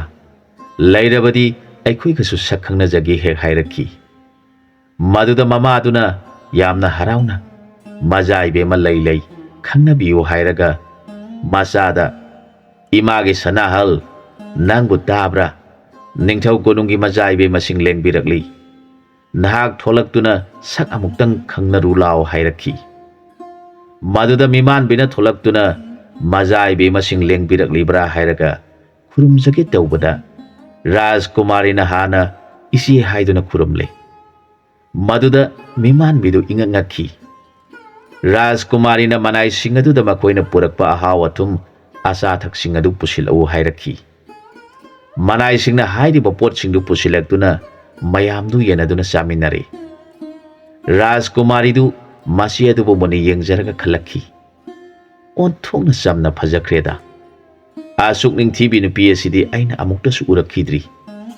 ꯃꯍꯥꯛ ꯑꯁꯤꯗꯤ ꯀꯣꯅꯨꯡꯗ ꯄꯨꯈꯠꯇꯨꯅ ꯊꯝꯂꯕꯗꯤ ꯁꯣꯏꯗꯅ ꯑꯉꯝ ꯑꯊꯧꯁꯤꯡꯒꯤ ꯃꯃꯧ ꯑꯣꯏꯒꯦ ꯍꯥꯏꯔꯛꯀꯅꯤ ꯑꯗꯨꯅꯗꯤ ꯏꯃꯥ ꯑꯁꯤꯗ ꯍꯥꯏꯔꯒ ꯃꯥꯕꯨ ꯑꯩꯒꯤ ꯅꯥꯛꯇ ꯊꯝꯂꯒꯦ ꯈꯟꯈ꯭ꯔꯦ ꯑꯗꯨꯒ ꯑꯃꯅ ꯃꯤꯃꯥꯟꯕꯕꯨ ꯎꯗꯦ ꯃꯥꯅ ꯎꯖꯅꯤꯡꯕꯗꯤ ꯃꯕꯨꯡ ꯑꯗꯨꯒꯤ ꯑꯁꯥꯗ ꯂꯥꯛꯆꯕꯅꯤ ꯑꯗꯨꯕꯨ ꯎꯕ ꯐꯪꯗ꯭ꯔꯕ ꯑꯗꯨꯗ ꯔꯥꯖꯀꯨꯃꯥꯔꯤ ꯏꯀꯥꯏꯕ ꯍꯨꯟꯗꯣꯛꯇꯨꯅ ꯍꯪꯖꯔꯛꯈꯤ ꯏꯃꯥ ꯃꯍꯥꯛꯇꯤ ꯀꯗꯥꯏꯗ ꯆꯠꯈꯤꯕꯒꯦ ꯍꯦꯛ ꯍꯥꯏꯔꯛꯄ ꯑꯗꯨꯗ ꯃꯁꯤ ꯑꯗꯨꯅ ꯀꯅꯥꯕꯨꯅꯣ ꯃꯥꯅ ꯃꯍꯥꯛ ꯍꯥꯏꯔꯤꯕꯁꯤꯕꯨ ꯈꯜꯂꯤ ꯃꯃꯥꯗꯨꯅ ꯅꯣꯛꯐꯦꯠ ꯇꯧꯔꯒ ꯍꯥꯏꯔꯛꯈꯤ ꯏꯕꯦꯝꯃ ꯃꯍꯥꯛ ꯃꯃꯥꯟꯅꯕ ꯈꯔꯒ ꯁꯥꯟꯅꯕ ꯇꯝꯂꯨꯒꯅꯤ ꯍꯥꯏꯗꯨꯅ ꯆꯠꯈꯤꯕꯅꯤ ꯏꯃꯥ ꯃꯤ ꯊꯥꯗꯨꯅ ꯀꯧꯍꯜꯂꯨꯒꯦ ꯍꯥꯏꯔꯛꯈꯤ ꯃꯤꯃꯥꯟꯕꯗꯨꯁꯨ ꯔꯥꯖꯀꯨꯃꯥꯔꯤꯁꯤꯡ ꯑꯗꯨꯅ ꯃꯈꯣꯏꯒꯤ ꯀꯣꯟꯊꯣꯡꯗ ꯁꯒꯣꯜ ꯒꯥꯔꯤ ꯊꯥꯈꯤꯕꯗꯨ ꯎꯔꯒ ꯃꯃꯥꯟꯅꯕꯁꯤꯡ ꯑꯗꯨꯗ ꯑꯩꯍꯥꯛ ꯌꯨꯝꯗ ꯑꯃꯨꯛꯇ ꯆꯠꯂꯨꯈꯤꯒꯦ ꯍꯥꯏꯔꯝꯂꯒ ꯃꯥꯒꯤ ꯎꯆꯤ ꯑꯗꯨꯒ ꯂꯣꯏꯅꯅ ꯆꯪꯃꯤꯟꯅꯔꯛꯈꯤ ꯃꯥꯕꯨ ꯎꯕꯗ ꯃꯃꯥꯗꯨꯅ ꯏꯕꯦꯝꯃ ꯂꯥꯛꯂꯦ ꯍꯦꯛ ꯍꯥꯏꯔꯛꯈꯤ ꯃꯤꯃꯥꯟꯕ ꯔꯥꯖꯀꯨꯃꯥꯔꯤꯁꯤꯡ ꯃꯌꯥꯝ ꯐꯝꯗꯨꯅ ꯂꯩꯔꯤꯕꯗꯨ ꯎꯔꯒ ꯍꯥꯏꯐꯦꯠ ꯏꯀꯥꯏꯔꯞ ꯇꯧꯔꯒ ꯆꯪꯁꯤꯜꯂꯛꯇꯨꯅ ꯃꯖꯥꯏꯕꯦꯝꯃꯁꯤꯡ ꯂꯦꯡꯕꯤꯔꯛꯂꯤꯕꯔꯥ ꯍꯥꯏꯔꯛꯈꯤ ꯋꯥꯗꯨ ꯇꯥꯔꯒ ꯔꯥꯖꯀꯨꯃꯥꯔꯤꯅ ꯍꯣꯏ ꯏꯀꯥꯏ ꯈꯪꯗꯕꯤ ꯑꯣꯏꯗꯨꯅ ꯂꯥꯛꯆꯔꯤꯕꯅꯤ ꯍꯦꯛ ꯈꯨꯝꯃꯤ ꯃꯗꯨꯗ ꯃꯃꯥꯗꯨꯅ ꯃꯁꯤꯗꯤ ꯃꯑꯣꯡ ꯑꯃꯅꯤ ꯈꯟꯗꯨꯅ ꯏꯃꯨꯡꯗ ꯍꯦꯛ ꯆꯪꯈꯤ ꯃꯤꯃꯥꯟꯕ ꯇꯨꯃꯤꯟꯅ ꯂꯩ ꯔꯥꯖꯀꯨꯃꯥꯔꯤꯅ ꯃꯈꯥ ꯇꯥꯔꯛꯈꯤ ꯏꯄꯨꯡꯅꯤꯡ ꯑꯁꯤ ꯌꯥꯝꯅ ꯅꯨꯡꯁꯤ ꯏꯆꯦ ꯊꯤꯕ ꯆꯠꯀꯅꯤ ꯍꯥꯏꯔꯕꯁꯨ ꯀꯔꯤꯒꯨꯝꯕ ꯑꯃꯇꯪ ꯇꯥꯛꯄꯤꯔꯝꯂꯕꯗꯤ ꯐꯒꯗꯧꯕꯅꯤ ꯑꯗꯨꯕꯨ ꯊꯕꯛ ꯑꯗꯨꯗ ꯑꯩꯕꯨ ꯌꯥꯎꯍꯟꯅꯤꯡꯗꯕꯒꯨꯝ ꯇꯥꯛꯂꯝꯗꯅ ꯆꯠꯈꯤꯕ ꯑꯗꯨꯒꯤ ꯑꯩꯗꯤ ꯁꯥꯎꯅꯤꯡꯗꯨꯅ ꯂꯩꯔꯤꯕꯅꯤ ꯍꯥꯏꯔꯛꯈꯤ ꯔꯥꯖꯀꯨꯃꯥꯔꯤꯒꯤ ꯑꯐꯣꯡꯕ ꯅꯤꯡꯉꯥꯏ ꯑꯗꯨꯗ ꯃꯤꯃꯥꯟꯕ ꯅꯣꯛꯂꯒ ꯃꯐꯝ ꯑꯗꯨꯗꯕꯨ ꯅꯨꯄꯤ ꯆꯠꯄꯁꯨ ꯌꯥꯔꯣꯏꯗꯕ ꯑꯃꯨꯛ ꯇꯥꯛꯂꯨꯕꯒꯤ ꯃꯔꯝ ꯆꯥꯗꯦ ꯈꯟꯗꯨꯅ ꯇꯥꯛꯂꯝꯗꯕꯅꯤ ꯍꯥꯏꯔꯛꯈꯤ ꯋꯥꯗꯨ ꯇꯥꯔꯒ ꯔꯥꯖꯀꯨꯃꯥꯔꯤꯅ ꯃꯥꯅ ꯃꯆꯦ ꯄꯨꯒꯦ ꯈꯜꯂꯤꯕꯗꯨ ꯍꯥꯏꯍꯧꯔꯒꯦ ꯈꯟꯗꯨꯅ ꯏꯆꯦ ꯑꯁꯤ ꯏꯕꯨꯡꯉꯣꯗꯒꯤꯔ ꯑꯩꯒꯤꯗꯤ ꯅꯠꯇꯕ꯭ꯔꯥ ꯉꯁꯤꯗꯤ ꯏꯆꯦ ꯑꯁꯤ ꯅꯪꯅ ꯊꯤꯗꯨꯅ ꯄꯨꯔꯛꯂꯕꯅꯤ ꯑꯩꯅ ꯑꯃꯨꯛ ꯀꯣꯅꯨꯡꯗ ꯄꯨꯗꯨꯅ ꯂꯩꯃꯤꯟꯅꯔꯨꯔꯒꯅꯤ ꯃꯍꯥꯛ ꯑꯩꯒꯤꯁꯨ ꯏꯆꯦꯅꯤ ꯍꯥꯏꯔꯛꯂꯦ ꯃꯆꯦꯗ ꯑꯣꯟꯁꯤꯟꯗꯨꯅ ꯏꯆꯦ ꯉꯁꯤꯗꯤ ꯑꯩꯒꯤ ꯌꯨꯝꯗ ꯆꯠꯇꯕ ꯌꯥꯗꯦ ꯑꯩꯅ ꯍꯥꯏꯖꯔꯤꯕ ꯑꯁꯤꯗ ꯏꯃꯥ ꯄꯥꯕꯨꯡ ꯀꯅꯥ ꯑꯃꯠꯇ ꯌꯥꯗꯕ ꯇꯧꯕꯤꯒꯅꯨ ꯍꯥꯏꯔꯒ ꯃꯆꯦꯕꯨ ꯌꯦꯡꯂꯒ ꯏꯆꯦ ꯂꯣꯏꯁꯤꯟꯕꯤꯔꯣ ꯑꯩꯅ ꯍꯥꯏꯖꯔꯤꯕ ꯑꯁꯤꯕꯨ ꯌꯥꯕꯤꯗ꯭ꯔꯕꯗꯤ ꯑꯩꯍꯥꯛ ꯑꯃꯨꯛ ꯍꯟꯅ ꯃꯐꯝ ꯑꯁꯤꯗ ꯂꯥꯛꯆꯔꯔꯣꯏ ꯃꯁꯤ ꯑꯩꯒꯤ ꯑꯔꯣꯏꯕ ꯋꯥꯐꯝꯅꯤ ꯍꯥꯏꯔꯛꯂꯕꯗ ꯀꯅꯥ ꯑꯃꯠꯇ ꯋꯥ ꯍꯥꯏꯕ ꯉꯝꯗ꯭ꯔꯕꯗ ꯃꯄꯥꯗꯨꯅ ꯏꯄꯥꯒꯤ ꯏꯕꯦꯝꯃ ꯃꯖꯥꯏꯕꯦꯝꯃꯅ ꯅꯪꯕꯨ ꯅꯨꯡꯁꯤꯕꯤꯗꯨꯅ ꯍꯥꯏꯔꯤꯕꯅꯤ ꯃꯇꯝ ꯈꯔꯗꯪ ꯃꯖꯥꯏꯕꯦꯝꯃꯒꯤ ꯅꯥꯛꯇ ꯂꯩꯗꯨꯅ ꯃꯖꯥꯏꯕꯦꯝꯃꯒꯤ ꯁꯦꯕꯥ ꯇꯧꯔꯨꯔꯣ ꯃꯇꯝ ꯈꯔ ꯂꯩꯔꯒ ꯏꯄꯥꯅ ꯏꯆꯥꯕꯨ ꯂꯧꯕ ꯂꯥꯛꯀꯅꯤ ꯍꯥꯏꯔꯛꯈꯤ ꯃꯄꯥꯒꯤ ꯋꯥꯗꯨ ꯇꯥꯔꯒ ꯃꯆꯥꯅꯨꯄꯤꯗꯨ ꯅꯤꯡꯊꯧꯒꯤ ꯃꯖꯥꯏꯕꯦꯝꯃꯒꯤ ꯃꯅꯤꯡ ꯊꯨꯡꯅꯕ ꯀꯣꯅꯨꯡꯗ ꯆꯠꯄ ꯇꯥꯈꯤ ꯃꯍꯥꯛ ꯃꯐꯤ ꯃꯔꯣꯟ ꯈꯔ ꯄꯨꯖꯔꯒ ꯔꯥꯖꯀꯨꯃꯥꯔꯤꯒ ꯂꯣꯏꯅꯅ ꯆꯠꯃꯤꯟꯅꯈ꯭ꯔꯤ ꯃꯗꯨꯗ ꯃꯤꯃꯥꯟꯕꯅ ꯈꯜꯂꯤ ꯔꯥꯖꯀꯨꯃꯥꯔꯤ ꯑꯁꯤ ꯑꯩꯅ ꯐꯅ ꯂꯩꯊꯣꯛꯈꯤ ꯈꯜꯂꯤ ꯑꯗꯨꯕꯨ ꯃꯥꯅ ꯑꯁꯨꯝ ꯍꯦꯟꯖꯤꯜꯂꯛꯇꯨꯅ ꯏꯆꯦ ꯐꯥꯎꯕ ꯃꯥꯅ ꯄꯨꯗꯨꯅ ꯆꯠꯈ꯭ꯔꯤ ꯃꯍꯥꯛ ꯀꯔꯤꯁꯨ ꯏꯀꯥꯏꯕ ꯌꯥꯎꯗꯅ ꯑꯐꯣꯡꯕ ꯋꯥꯍꯩ ꯉꯥꯛꯇ ꯉꯥꯡꯗꯨꯅ ꯂꯩꯈ꯭ꯔꯦ ꯑꯩꯅ ꯃꯁꯤꯗ ꯂꯩꯊꯣꯛꯄ ꯇꯥꯔꯕꯗꯤ ꯁꯣꯏꯗꯅ ꯇꯟꯗꯤ ꯐꯪꯒꯅꯤ ꯐꯔꯦ ꯂꯥꯏꯕꯛꯅ ꯇꯝꯕ ꯌꯦꯡꯕ ꯇꯥꯔꯦ ꯈꯟꯗꯨꯅ ꯂꯩꯈꯤ ꯑꯁꯨꯝ ꯇꯧꯗꯨꯅ ꯃꯤꯃꯥꯟꯕꯤ ꯀꯣꯅꯨꯡ ꯌꯧꯈ꯭ꯔꯦ ꯅꯤꯡꯊꯧ ꯑꯗꯨꯅ ꯃꯤꯃꯥꯟꯕꯤꯕꯨ ꯎꯕꯗ ꯅꯨꯄꯤ ꯃꯆꯥ ꯑꯁꯤꯗꯤ ꯑꯣꯟꯊꯣꯛꯅ ꯐꯖꯈ꯭ꯔꯦꯗ ꯃꯒꯨꯟꯁꯨ ꯂꯩꯈ꯭ꯔꯦꯗ ꯑꯁꯨꯝꯅ ꯈꯟꯗꯨꯅ ꯂꯩꯈꯤ ꯃꯥꯅ ꯑꯁꯨꯝꯅ ꯂꯩꯔꯛꯄ ꯃꯇꯝ ꯑꯁꯤꯗ ꯂꯩꯕꯥꯛ ꯑꯃꯒꯤ ꯅꯤꯡꯊꯧ ꯗꯥꯁꯨꯄꯇꯤꯅ ꯅꯣꯡꯃ ꯃꯥꯒꯤ ꯃꯔꯨꯞ ꯅꯤꯡꯊꯧ ꯃꯅꯕꯒꯤ ꯀꯣꯅꯨꯡꯗ ꯃꯆꯥꯅꯤꯄꯥ ꯅꯤꯀꯝꯒꯤꯗꯃꯛ ꯅꯤꯡꯊꯧꯒꯤ ꯃꯆꯥꯅꯨꯄꯤꯕꯨ ꯃꯃꯧ ꯑꯣꯏꯖꯒꯦ ꯄꯤꯕꯤꯌꯨ ꯍꯥꯏꯔꯨꯒꯦ ꯍꯥꯏꯗꯨꯅ ꯂꯥꯛꯈꯤꯕꯅꯤ꯫ ꯑꯗꯨꯕꯨ ꯃꯍꯥꯛꯅ ꯃꯤꯃꯥꯟꯕꯤꯕꯨ ꯎꯔꯨꯕꯗ ꯑꯣꯟꯊꯣꯛꯅ ꯅꯨꯡꯁꯤꯈ꯭ꯔꯦꯗ꯫ ꯃꯍꯥꯛ ꯑꯁꯤꯕꯨ ꯅꯤꯡꯊꯧ ꯑꯁꯤꯒꯤ ꯃꯆꯥꯅꯨꯄꯤ ꯑꯣꯏꯔꯝꯒꯗ꯭ꯔꯥ ꯅꯠꯇ꯭ꯔꯒ ꯀꯔꯝꯕ ꯃꯇꯤꯛ ꯃꯒꯨꯟ ꯂꯩꯕ ꯐꯝꯅꯥꯏꯕꯁꯤꯡꯒꯤ ꯃꯆꯥꯕꯨ ꯑꯣꯏꯔꯤꯕ꯭ꯔꯥ? ꯑꯁꯨꯝꯅ ꯈꯟꯗꯨꯅ ꯃꯥꯒꯤ ꯃꯔꯨꯞ ꯑꯣꯏꯔꯤꯕ ꯅꯤꯡꯊꯧꯗ ꯍꯪꯖꯔꯛꯈꯤ, ꯃꯔꯨꯞꯀꯤꯗ ꯂꯩꯔꯤꯕ ꯅꯨꯄꯤ ꯃꯆꯥ ꯑꯁꯤꯕꯨ ꯀꯔꯝꯕ ꯑꯉꯝꯕꯒꯤ ꯃꯆꯥ ꯏꯕꯦꯝꯃꯅꯣ? ꯃꯍꯥꯛꯄꯨ ꯎꯔꯨꯕꯗ ꯑꯩꯒꯤ ꯏꯆꯥ ꯅꯤꯀꯝꯒꯤ ꯏꯃꯧ ꯑꯣꯏꯖꯅꯤꯡꯈ꯭ꯔꯦꯗ ꯍꯥꯏꯖꯔꯛꯈꯤ꯫ ꯋꯥꯗꯨ ꯇꯥꯕꯗ ꯃꯅꯕ ꯀꯧꯕ ꯅꯤꯡꯊꯧꯅ, ꯃꯔꯨꯞ, ꯃꯍꯥꯛ ꯑꯁꯤ ꯑꯩꯒꯤ ꯏꯆꯥꯅꯨꯄꯤꯅ ꯃꯆꯦꯃꯛꯅꯤ ꯈꯟꯖꯗꯨꯅ ꯑꯩꯒꯤ ꯀꯣꯅꯨꯡꯗ ꯃꯆꯤꯟ ꯃꯅꯥꯎ ꯂꯩꯃꯤꯟꯅꯔꯤꯕꯅꯤ ꯍꯥꯏꯔꯛꯈꯤ꯫ ꯗꯥꯁꯨꯄꯇꯤꯅ, ꯃꯔꯨꯞꯅ ꯃꯔꯨꯞ ꯑꯃꯅꯤ ꯈꯟꯕꯤꯔꯕꯗꯤ ꯑꯩꯅ ꯏꯆꯥꯒꯤ ꯏꯃꯧ ꯑꯣꯏꯖꯅꯤꯡꯂꯤꯕ ꯑꯁꯤ ꯊꯨꯡꯍꯟꯕꯤꯌꯨ꯫ ꯃꯍꯥꯛ ꯑꯁꯤꯕꯨ ꯍꯌꯦꯡ ꯑꯩꯍꯥꯛꯅ ꯁꯤꯔꯕ ꯀꯥꯟꯗ ꯃꯉꯣꯟꯗ ꯑꯃꯨꯛ ꯍꯟꯅ ꯄꯣꯛꯆꯗꯨꯅ ꯏꯃꯥ ꯍꯥꯏꯕꯗꯨ ꯑꯣꯏꯖꯅꯤꯡꯉꯤ ꯍꯥꯏꯔꯛꯈꯤ꯫ ꯋꯥꯗꯨ ꯇꯥꯕꯗ ꯃꯔꯨꯞ ꯑꯩꯅ ꯉꯝꯃꯤ ꯍꯥꯏꯗꯨꯅ ꯃꯥꯒꯤ ꯋꯥ ꯑꯃꯇꯪ ꯇꯥꯗꯅ ꯄꯤꯊꯣꯛꯄ ꯉꯝꯂꯣꯏꯗꯧꯔꯤ꯫ ꯑꯗꯨꯅ ꯑꯩꯅ ꯃꯥꯒꯤ ꯃꯄꯨꯛꯅꯤꯡꯒꯤ ꯋꯥꯐꯝ ꯑꯃꯇꯪ ꯈꯪꯗꯣꯛꯆꯔꯝꯈꯤꯒꯦ꯫ ꯃꯔꯨꯞꯅ ꯉꯁꯤ 5ꯅꯤ ꯁꯨꯕ ꯅꯨꯃꯤꯠꯇ ꯑꯃꯨꯛꯇꯪ ꯂꯦꯡꯊꯣꯛꯄꯤꯔꯛꯎ꯫ ꯃꯁꯥꯅ ꯌꯥꯗꯅ ꯑꯩꯈꯣꯏ ꯑꯅꯤꯅ ꯉꯝꯃꯤ ꯈꯟꯗꯨꯅ ꯊꯕꯛ ꯑꯗꯨ ꯄꯥꯡꯊꯣꯛꯂꯨꯕ ꯇꯥꯔꯕꯗꯤ ꯑꯩꯈꯣꯏꯒꯤ ꯏꯊꯛꯇ ꯗꯣꯁ ꯑꯃ ꯂꯥꯛꯀꯅꯤ ꯍꯥꯏꯔꯛꯈꯤ꯫ ꯃꯥꯒꯤ ꯃꯔꯨꯞꯀꯤ ꯋꯥꯗꯨ ꯇꯥꯔꯒ ꯅꯤꯡꯊꯧ ꯗꯥꯁꯨꯄꯇꯤꯅ ꯆꯨꯝꯃꯤ ꯈꯟꯗꯨꯅ ꯃꯔꯨꯞ ꯁꯣꯏꯗꯅ ꯃꯔꯨꯞꯅ ꯅꯤꯡꯊꯤꯅ ꯍꯥꯏꯕꯤꯌꯨ ꯍꯥꯏꯔꯛꯈꯤ꯫ ꯅꯤꯡꯊꯧ ꯑꯗꯨ ꯆꯠꯈ꯭ꯔꯕ ꯇꯨꯡꯗ ꯅꯤꯡꯊꯧ ꯃꯅꯕꯅ ꯃꯆꯥꯅꯨꯄꯤ ꯇꯤꯂꯣꯇꯃꯥꯕꯨ ꯀꯧꯊꯣꯛꯆꯔꯒ ꯍꯪꯂꯛꯈꯤ, ꯏꯄꯥꯒꯤ ꯏꯕꯦꯝꯃ, ꯅꯪꯒꯤ ꯅꯆꯦ ꯑꯁꯤ ꯀꯗꯥꯏꯗꯒꯤꯅꯣ? ꯍꯌꯦꯡ ꯑꯁꯤ ꯏꯄꯥ ꯏꯆꯥ ꯑꯩꯈꯣꯏ ꯑꯍꯨꯝ ꯃꯐꯝ ꯑꯗꯨ ꯇꯝꯅ ꯆꯠꯇꯨꯅ ꯃꯥꯕꯨ ꯄꯣꯛꯄ ꯃꯄꯥ ꯃꯃꯥ ꯑꯅꯤꯗ ꯅꯪꯒꯤ ꯄꯥꯕꯨꯡ ꯗꯥꯁꯨꯄꯇꯤꯒꯤ ꯃꯆꯥꯅꯤꯄꯥ ꯖꯨꯕꯔꯥꯖ ꯅꯤꯀꯝꯒꯤ ꯃꯃꯧ ꯑꯣꯏꯅꯅꯕ ꯍꯥꯏꯖꯔꯨꯗꯕ ꯌꯥꯗ꯭ꯔꯦ꯫ ꯅꯪꯒꯤ ꯄꯥꯕꯨꯡ ꯗꯥꯁꯨꯄꯇꯤꯅ ꯃꯃꯧ ꯑꯣꯏꯖꯒꯦ ꯍꯥꯏꯗꯨꯅ ꯀꯟꯅ ꯍꯥꯏꯖꯔꯝꯃꯤ꯫ ꯑꯩꯅ ꯅꯆꯦ ꯑꯁꯤꯒꯤ ꯄꯨꯛꯅꯤꯡꯒꯤ ꯋꯥꯐꯝꯗꯨ ꯈꯪꯗꯕꯅ ꯃꯄꯥ ꯃꯃꯥꯗ ꯆꯠꯇꯨꯅ ꯑꯃꯨꯛꯇꯪ ꯍꯥꯏꯖꯔꯨꯈꯤꯒꯦ, ꯑꯗꯨꯒ ꯃꯥꯒꯤ ꯄꯨꯛꯅꯤꯡꯒꯤ ꯋꯥꯐꯝ ꯈꯪꯂꯝꯈꯤꯒꯦ꯫ ꯅꯨꯃꯤꯠ 5ꯅꯤ ꯁꯨꯕꯗ ꯂꯥꯛꯎ ꯍꯥꯏꯈ꯭ꯔꯤ꯫ ꯑꯗꯨꯅ ꯍꯌꯦꯡ ꯑꯁꯤ ꯁꯒꯣꯜ ꯒꯥꯔꯤ ꯇꯣꯡꯗꯨꯅ ꯅꯆꯦꯒ ꯑꯩꯈꯣꯏ ꯑꯍꯨꯝ ꯃꯥꯒꯤ ꯌꯨꯝꯗ ꯆꯠꯇꯨꯅ ꯃꯈꯣꯏꯒꯤ ꯑꯍꯟꯁꯤꯡꯗ ꯑꯃꯨꯛꯇꯪ ꯍꯥꯏꯖꯔꯨꯁꯤ꯫ ꯏꯄꯥ ꯏꯆꯥ ꯆꯪꯗꯨꯅ ꯅꯤꯡꯊꯤꯅ ꯍꯥꯏꯅꯔꯕꯗꯤ ꯏꯄꯥꯅ ꯈꯟꯕꯗ ꯌꯥꯔꯛꯀꯗ꯭ꯔꯥ ꯍꯥꯏꯅ ꯈꯜꯂꯤ꯫ ꯑꯗꯨꯃꯛꯄꯨ ꯅꯍꯥꯛꯅꯁꯨ ꯅꯆꯦꯒꯤ ꯄꯨꯛꯅꯤꯡꯗꯨ ꯈꯪꯗꯣꯛꯎ꯫ ꯅꯆꯦꯅ ꯃꯊꯃꯣꯏꯅ ꯌꯥꯅꯤꯡꯗ꯭ꯔꯕꯗꯤ ꯏꯄꯥꯅꯁꯨ ꯄꯤꯕ ꯉꯝꯗꯦ ꯍꯥꯏꯔꯛꯈꯤ꯫ ꯅꯤꯡꯊꯧ ꯑꯁꯤ ꯌꯥꯝꯅ ꯙꯔꯃ ꯂꯩꯕ, ꯄ꯭ꯔꯖꯥꯁꯤꯡꯕꯨ ꯅꯨꯡꯁꯤꯅ ꯆꯥꯅ ꯇꯧꯕꯤꯕ ꯅꯤꯡꯊꯧꯅꯤ꯫ ꯃꯆꯥꯅꯨꯄꯤ ꯇꯤꯂꯣꯇꯃꯥꯅ ꯃꯤꯃꯥꯟꯕꯤꯒꯤ ꯃꯐꯝꯗ ꯋꯥꯔꯝ ꯄꯨꯝꯅꯃꯛ ꯆꯤꯊꯗꯅ ꯇꯝꯖꯔꯦ꯫ ꯏꯆꯦ, ꯄꯥꯕꯨꯡ ꯃꯍꯥꯔꯥꯖꯀꯤ ꯌꯥꯊꯪꯅꯤ ꯈꯟꯗꯨꯅ ꯅꯍꯥꯛ ꯅꯁꯥꯅ ꯌꯥꯅꯤꯡꯗꯅ ꯀꯤꯗꯨꯅ ꯌꯥꯔꯦ ꯍꯥꯏꯕ ꯋꯥꯐꯝ ꯊꯝꯒꯅꯨ꯫ ꯏꯆꯦꯅꯕꯨ ꯌꯥꯅꯤꯡꯗ꯭ꯔꯕꯗꯤ ꯄꯥꯕꯨꯡ ꯃꯍꯥꯔꯥꯖꯀꯤꯗꯤ ꯑꯩꯈꯣꯏꯒꯤ ꯑꯄꯥꯝꯕꯗ ꯑꯌꯦꯠꯄ ꯑꯃꯠꯇ ꯄꯤꯔꯣꯏ꯫ ꯃꯍꯥꯛꯇꯤ ꯙꯔꯃ ꯀꯥꯏꯒꯗꯧꯕꯒꯤ ꯁꯔꯨꯛ ꯃꯔꯨꯞ ꯀꯥꯏꯅꯕꯅ ꯍꯦꯟꯅ ꯐꯩ ꯈꯟꯖꯕ ꯃꯤꯅꯤ꯫ ꯑꯗꯨꯅ ꯄꯥꯕꯨꯡꯅ ꯏꯆꯦꯗ ꯍꯥꯏꯗꯅ ꯑꯩꯉꯣꯟꯗ ꯑꯣꯏꯅ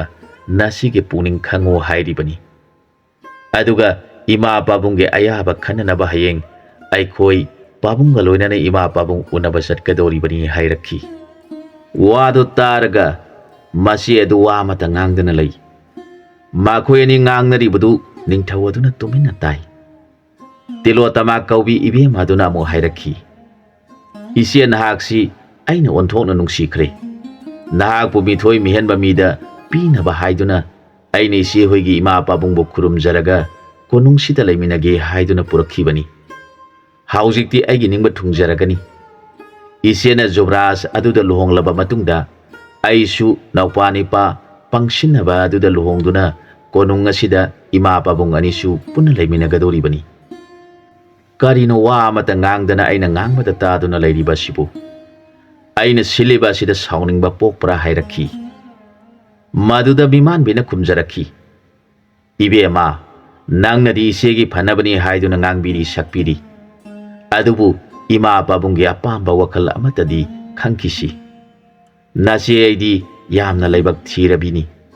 ꯍꯤꯡꯆꯥꯕꯤꯅ ꯆꯦꯟꯗꯨꯅ ꯄꯨꯔꯨꯕꯗꯒꯤ ꯀꯨꯏꯗ꯭ꯔꯤꯗꯣ ꯏꯄꯥꯗꯨꯒꯅ ꯍꯤꯡꯁꯥꯕꯤꯒꯤ ꯂꯩꯐꯝ ꯊꯤꯔꯛꯄꯗ ꯆꯍꯤ ꯑꯃ ꯍꯦꯟꯅ ꯆꯪꯈ꯭ꯔꯤꯕ ꯃꯗꯨ ꯅꯪꯁꯨ ꯈꯪꯂꯤꯕ ꯑꯗꯨ ꯃꯉꯥꯏ ꯍꯤꯡꯁꯥꯕꯤ ꯍꯥꯜꯂꯕ ꯃꯇꯨꯡꯗ ꯏꯄꯥ ꯑꯃꯗꯤ ꯏꯄ꯭ꯋꯥꯅ ꯑꯩꯕꯨ ꯄꯨꯔꯛꯄ ꯃꯇꯝꯗ ꯏꯃꯥ ꯑꯗꯨꯅ ꯑꯩꯒꯤ ꯋꯥꯈꯜꯗ ꯑꯍꯤꯡ ꯇꯨꯝꯗꯅ ꯑꯩꯈꯣꯏꯕꯨ ꯉꯥꯏꯗꯨꯅ ꯂꯩꯔꯝꯈꯤ ꯏꯃꯥ ꯑꯗꯨꯅ ꯑꯩꯒꯤ ꯏꯁꯛ ꯎꯖꯕꯗ ꯅꯨꯡꯉꯥꯏꯃꯟꯈ꯭ꯔꯗꯨꯅ ꯀꯞꯄꯗ ꯊꯦꯝꯕ ꯉꯝꯈꯤꯗꯦ ꯃꯥꯅ ꯑꯁꯨꯝꯅ ꯍꯥꯏꯔꯛꯄ ꯋꯥꯐꯝꯁꯤꯡ ꯑꯗꯨ ꯅꯤꯡꯊꯧ ꯑꯗꯨꯅ ꯂꯣꯏꯅ ꯇꯥꯔꯒ ꯇꯥꯗꯕ ꯁꯥꯗꯨꯅ ꯃꯄꯥꯟꯗ ꯊꯣꯛꯂꯒ ꯃꯆꯥꯅꯤꯕꯨ ꯀꯧꯔꯛꯈꯤ ꯏꯆꯥꯁꯥ ꯅꯈꯣꯏ ꯑꯅꯤꯕꯨ ꯏꯄꯥꯒꯤ ꯅꯥꯛꯇ ꯑꯃꯨꯛꯇ ꯊꯣꯔꯛꯎ ꯏꯄꯥ ꯋꯥ ꯑꯃꯇ ꯍꯪꯒꯦ ꯀꯅꯥ ꯂꯩꯇ꯭ꯔꯤꯉꯩ ꯑꯁꯤꯗ ꯍꯥꯏꯔꯛꯈꯤ ꯃꯈꯣꯏ ꯑꯅꯤꯃꯛ ꯅꯤꯡꯊꯧꯒꯤ ꯅꯥꯛꯇ ꯊꯣꯛꯂꯛꯇꯨꯅ ꯂꯦꯞꯆꯔꯒ ꯄꯥꯕꯨꯡ ꯃꯍꯥꯔꯥꯖ ꯀꯔꯤ ꯇꯥꯛꯄꯤꯒꯗꯕꯅꯣ ꯍꯥꯏꯅ ꯌꯥꯝꯅ ꯅꯣꯂꯨꯛꯅ ꯍꯥꯏꯖꯔꯛꯈꯤ ꯏꯄꯥ ꯋꯥ ꯑꯃꯇ ꯏꯆꯥꯁꯤꯡꯒꯤ ꯅꯐꯝꯗ ꯍꯪꯒꯦ ꯅꯈꯣꯏꯅ ꯈꯪꯂꯕꯗꯤ ꯋꯥꯔꯤꯗꯨ ꯁꯦꯡꯅ ꯏꯄꯥꯗ ꯇꯝꯃꯨ ꯑꯩꯈꯣꯏꯒꯤ ꯈꯨꯡꯒꯪ ꯑꯃꯗ ꯂꯩꯁꯥꯕꯤ ꯅꯨꯄꯤ ꯃꯆꯥ ꯑꯃ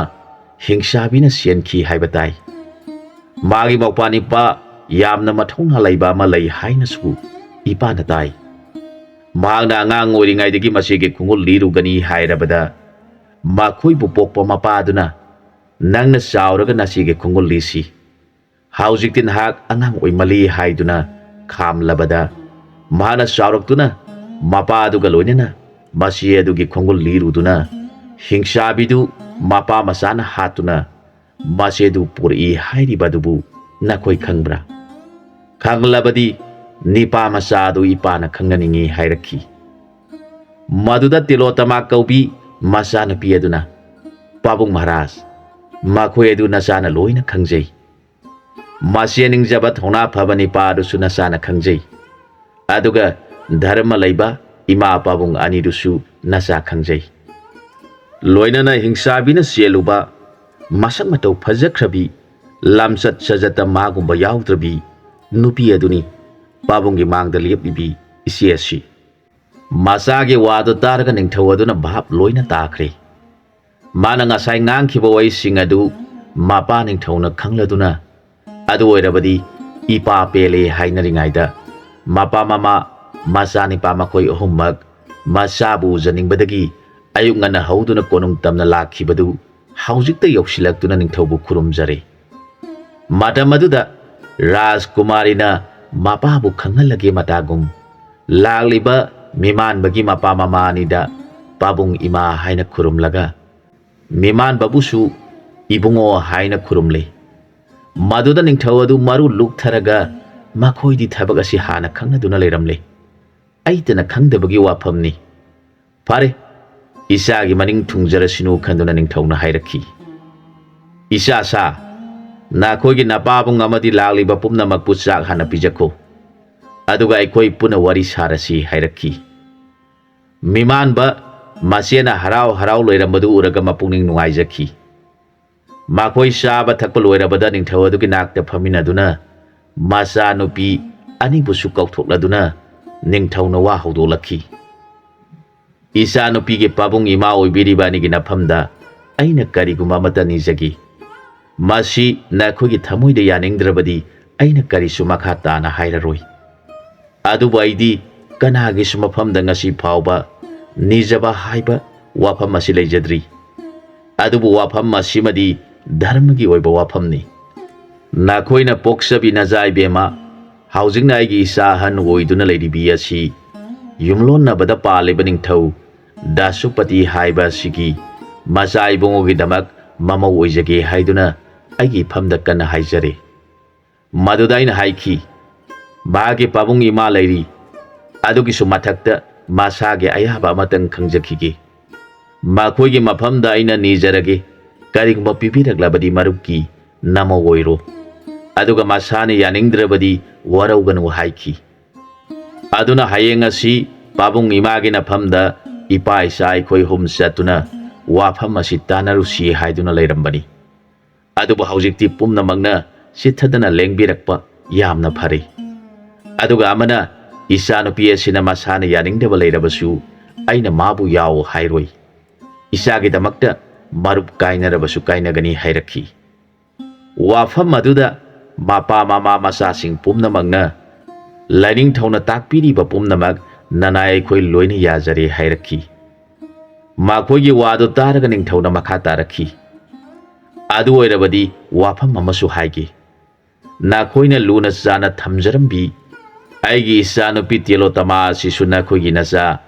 ꯍꯤꯡꯆꯥꯕꯕꯨ ꯉꯝꯕ ꯑꯁꯤꯗ ꯂꯩꯕꯥꯛꯀꯤ ꯑꯃꯗꯤ ꯀꯣꯅꯨꯡ ꯑꯁꯤ ꯉꯥꯛꯄ ꯉꯝꯒꯗꯕ ꯃꯤꯁꯛꯅꯤ ꯈꯟꯗꯨꯅ ꯑꯩꯅ ꯑꯇꯣꯞꯄ ꯑꯃ ꯄꯤꯔꯔꯣꯏ꯫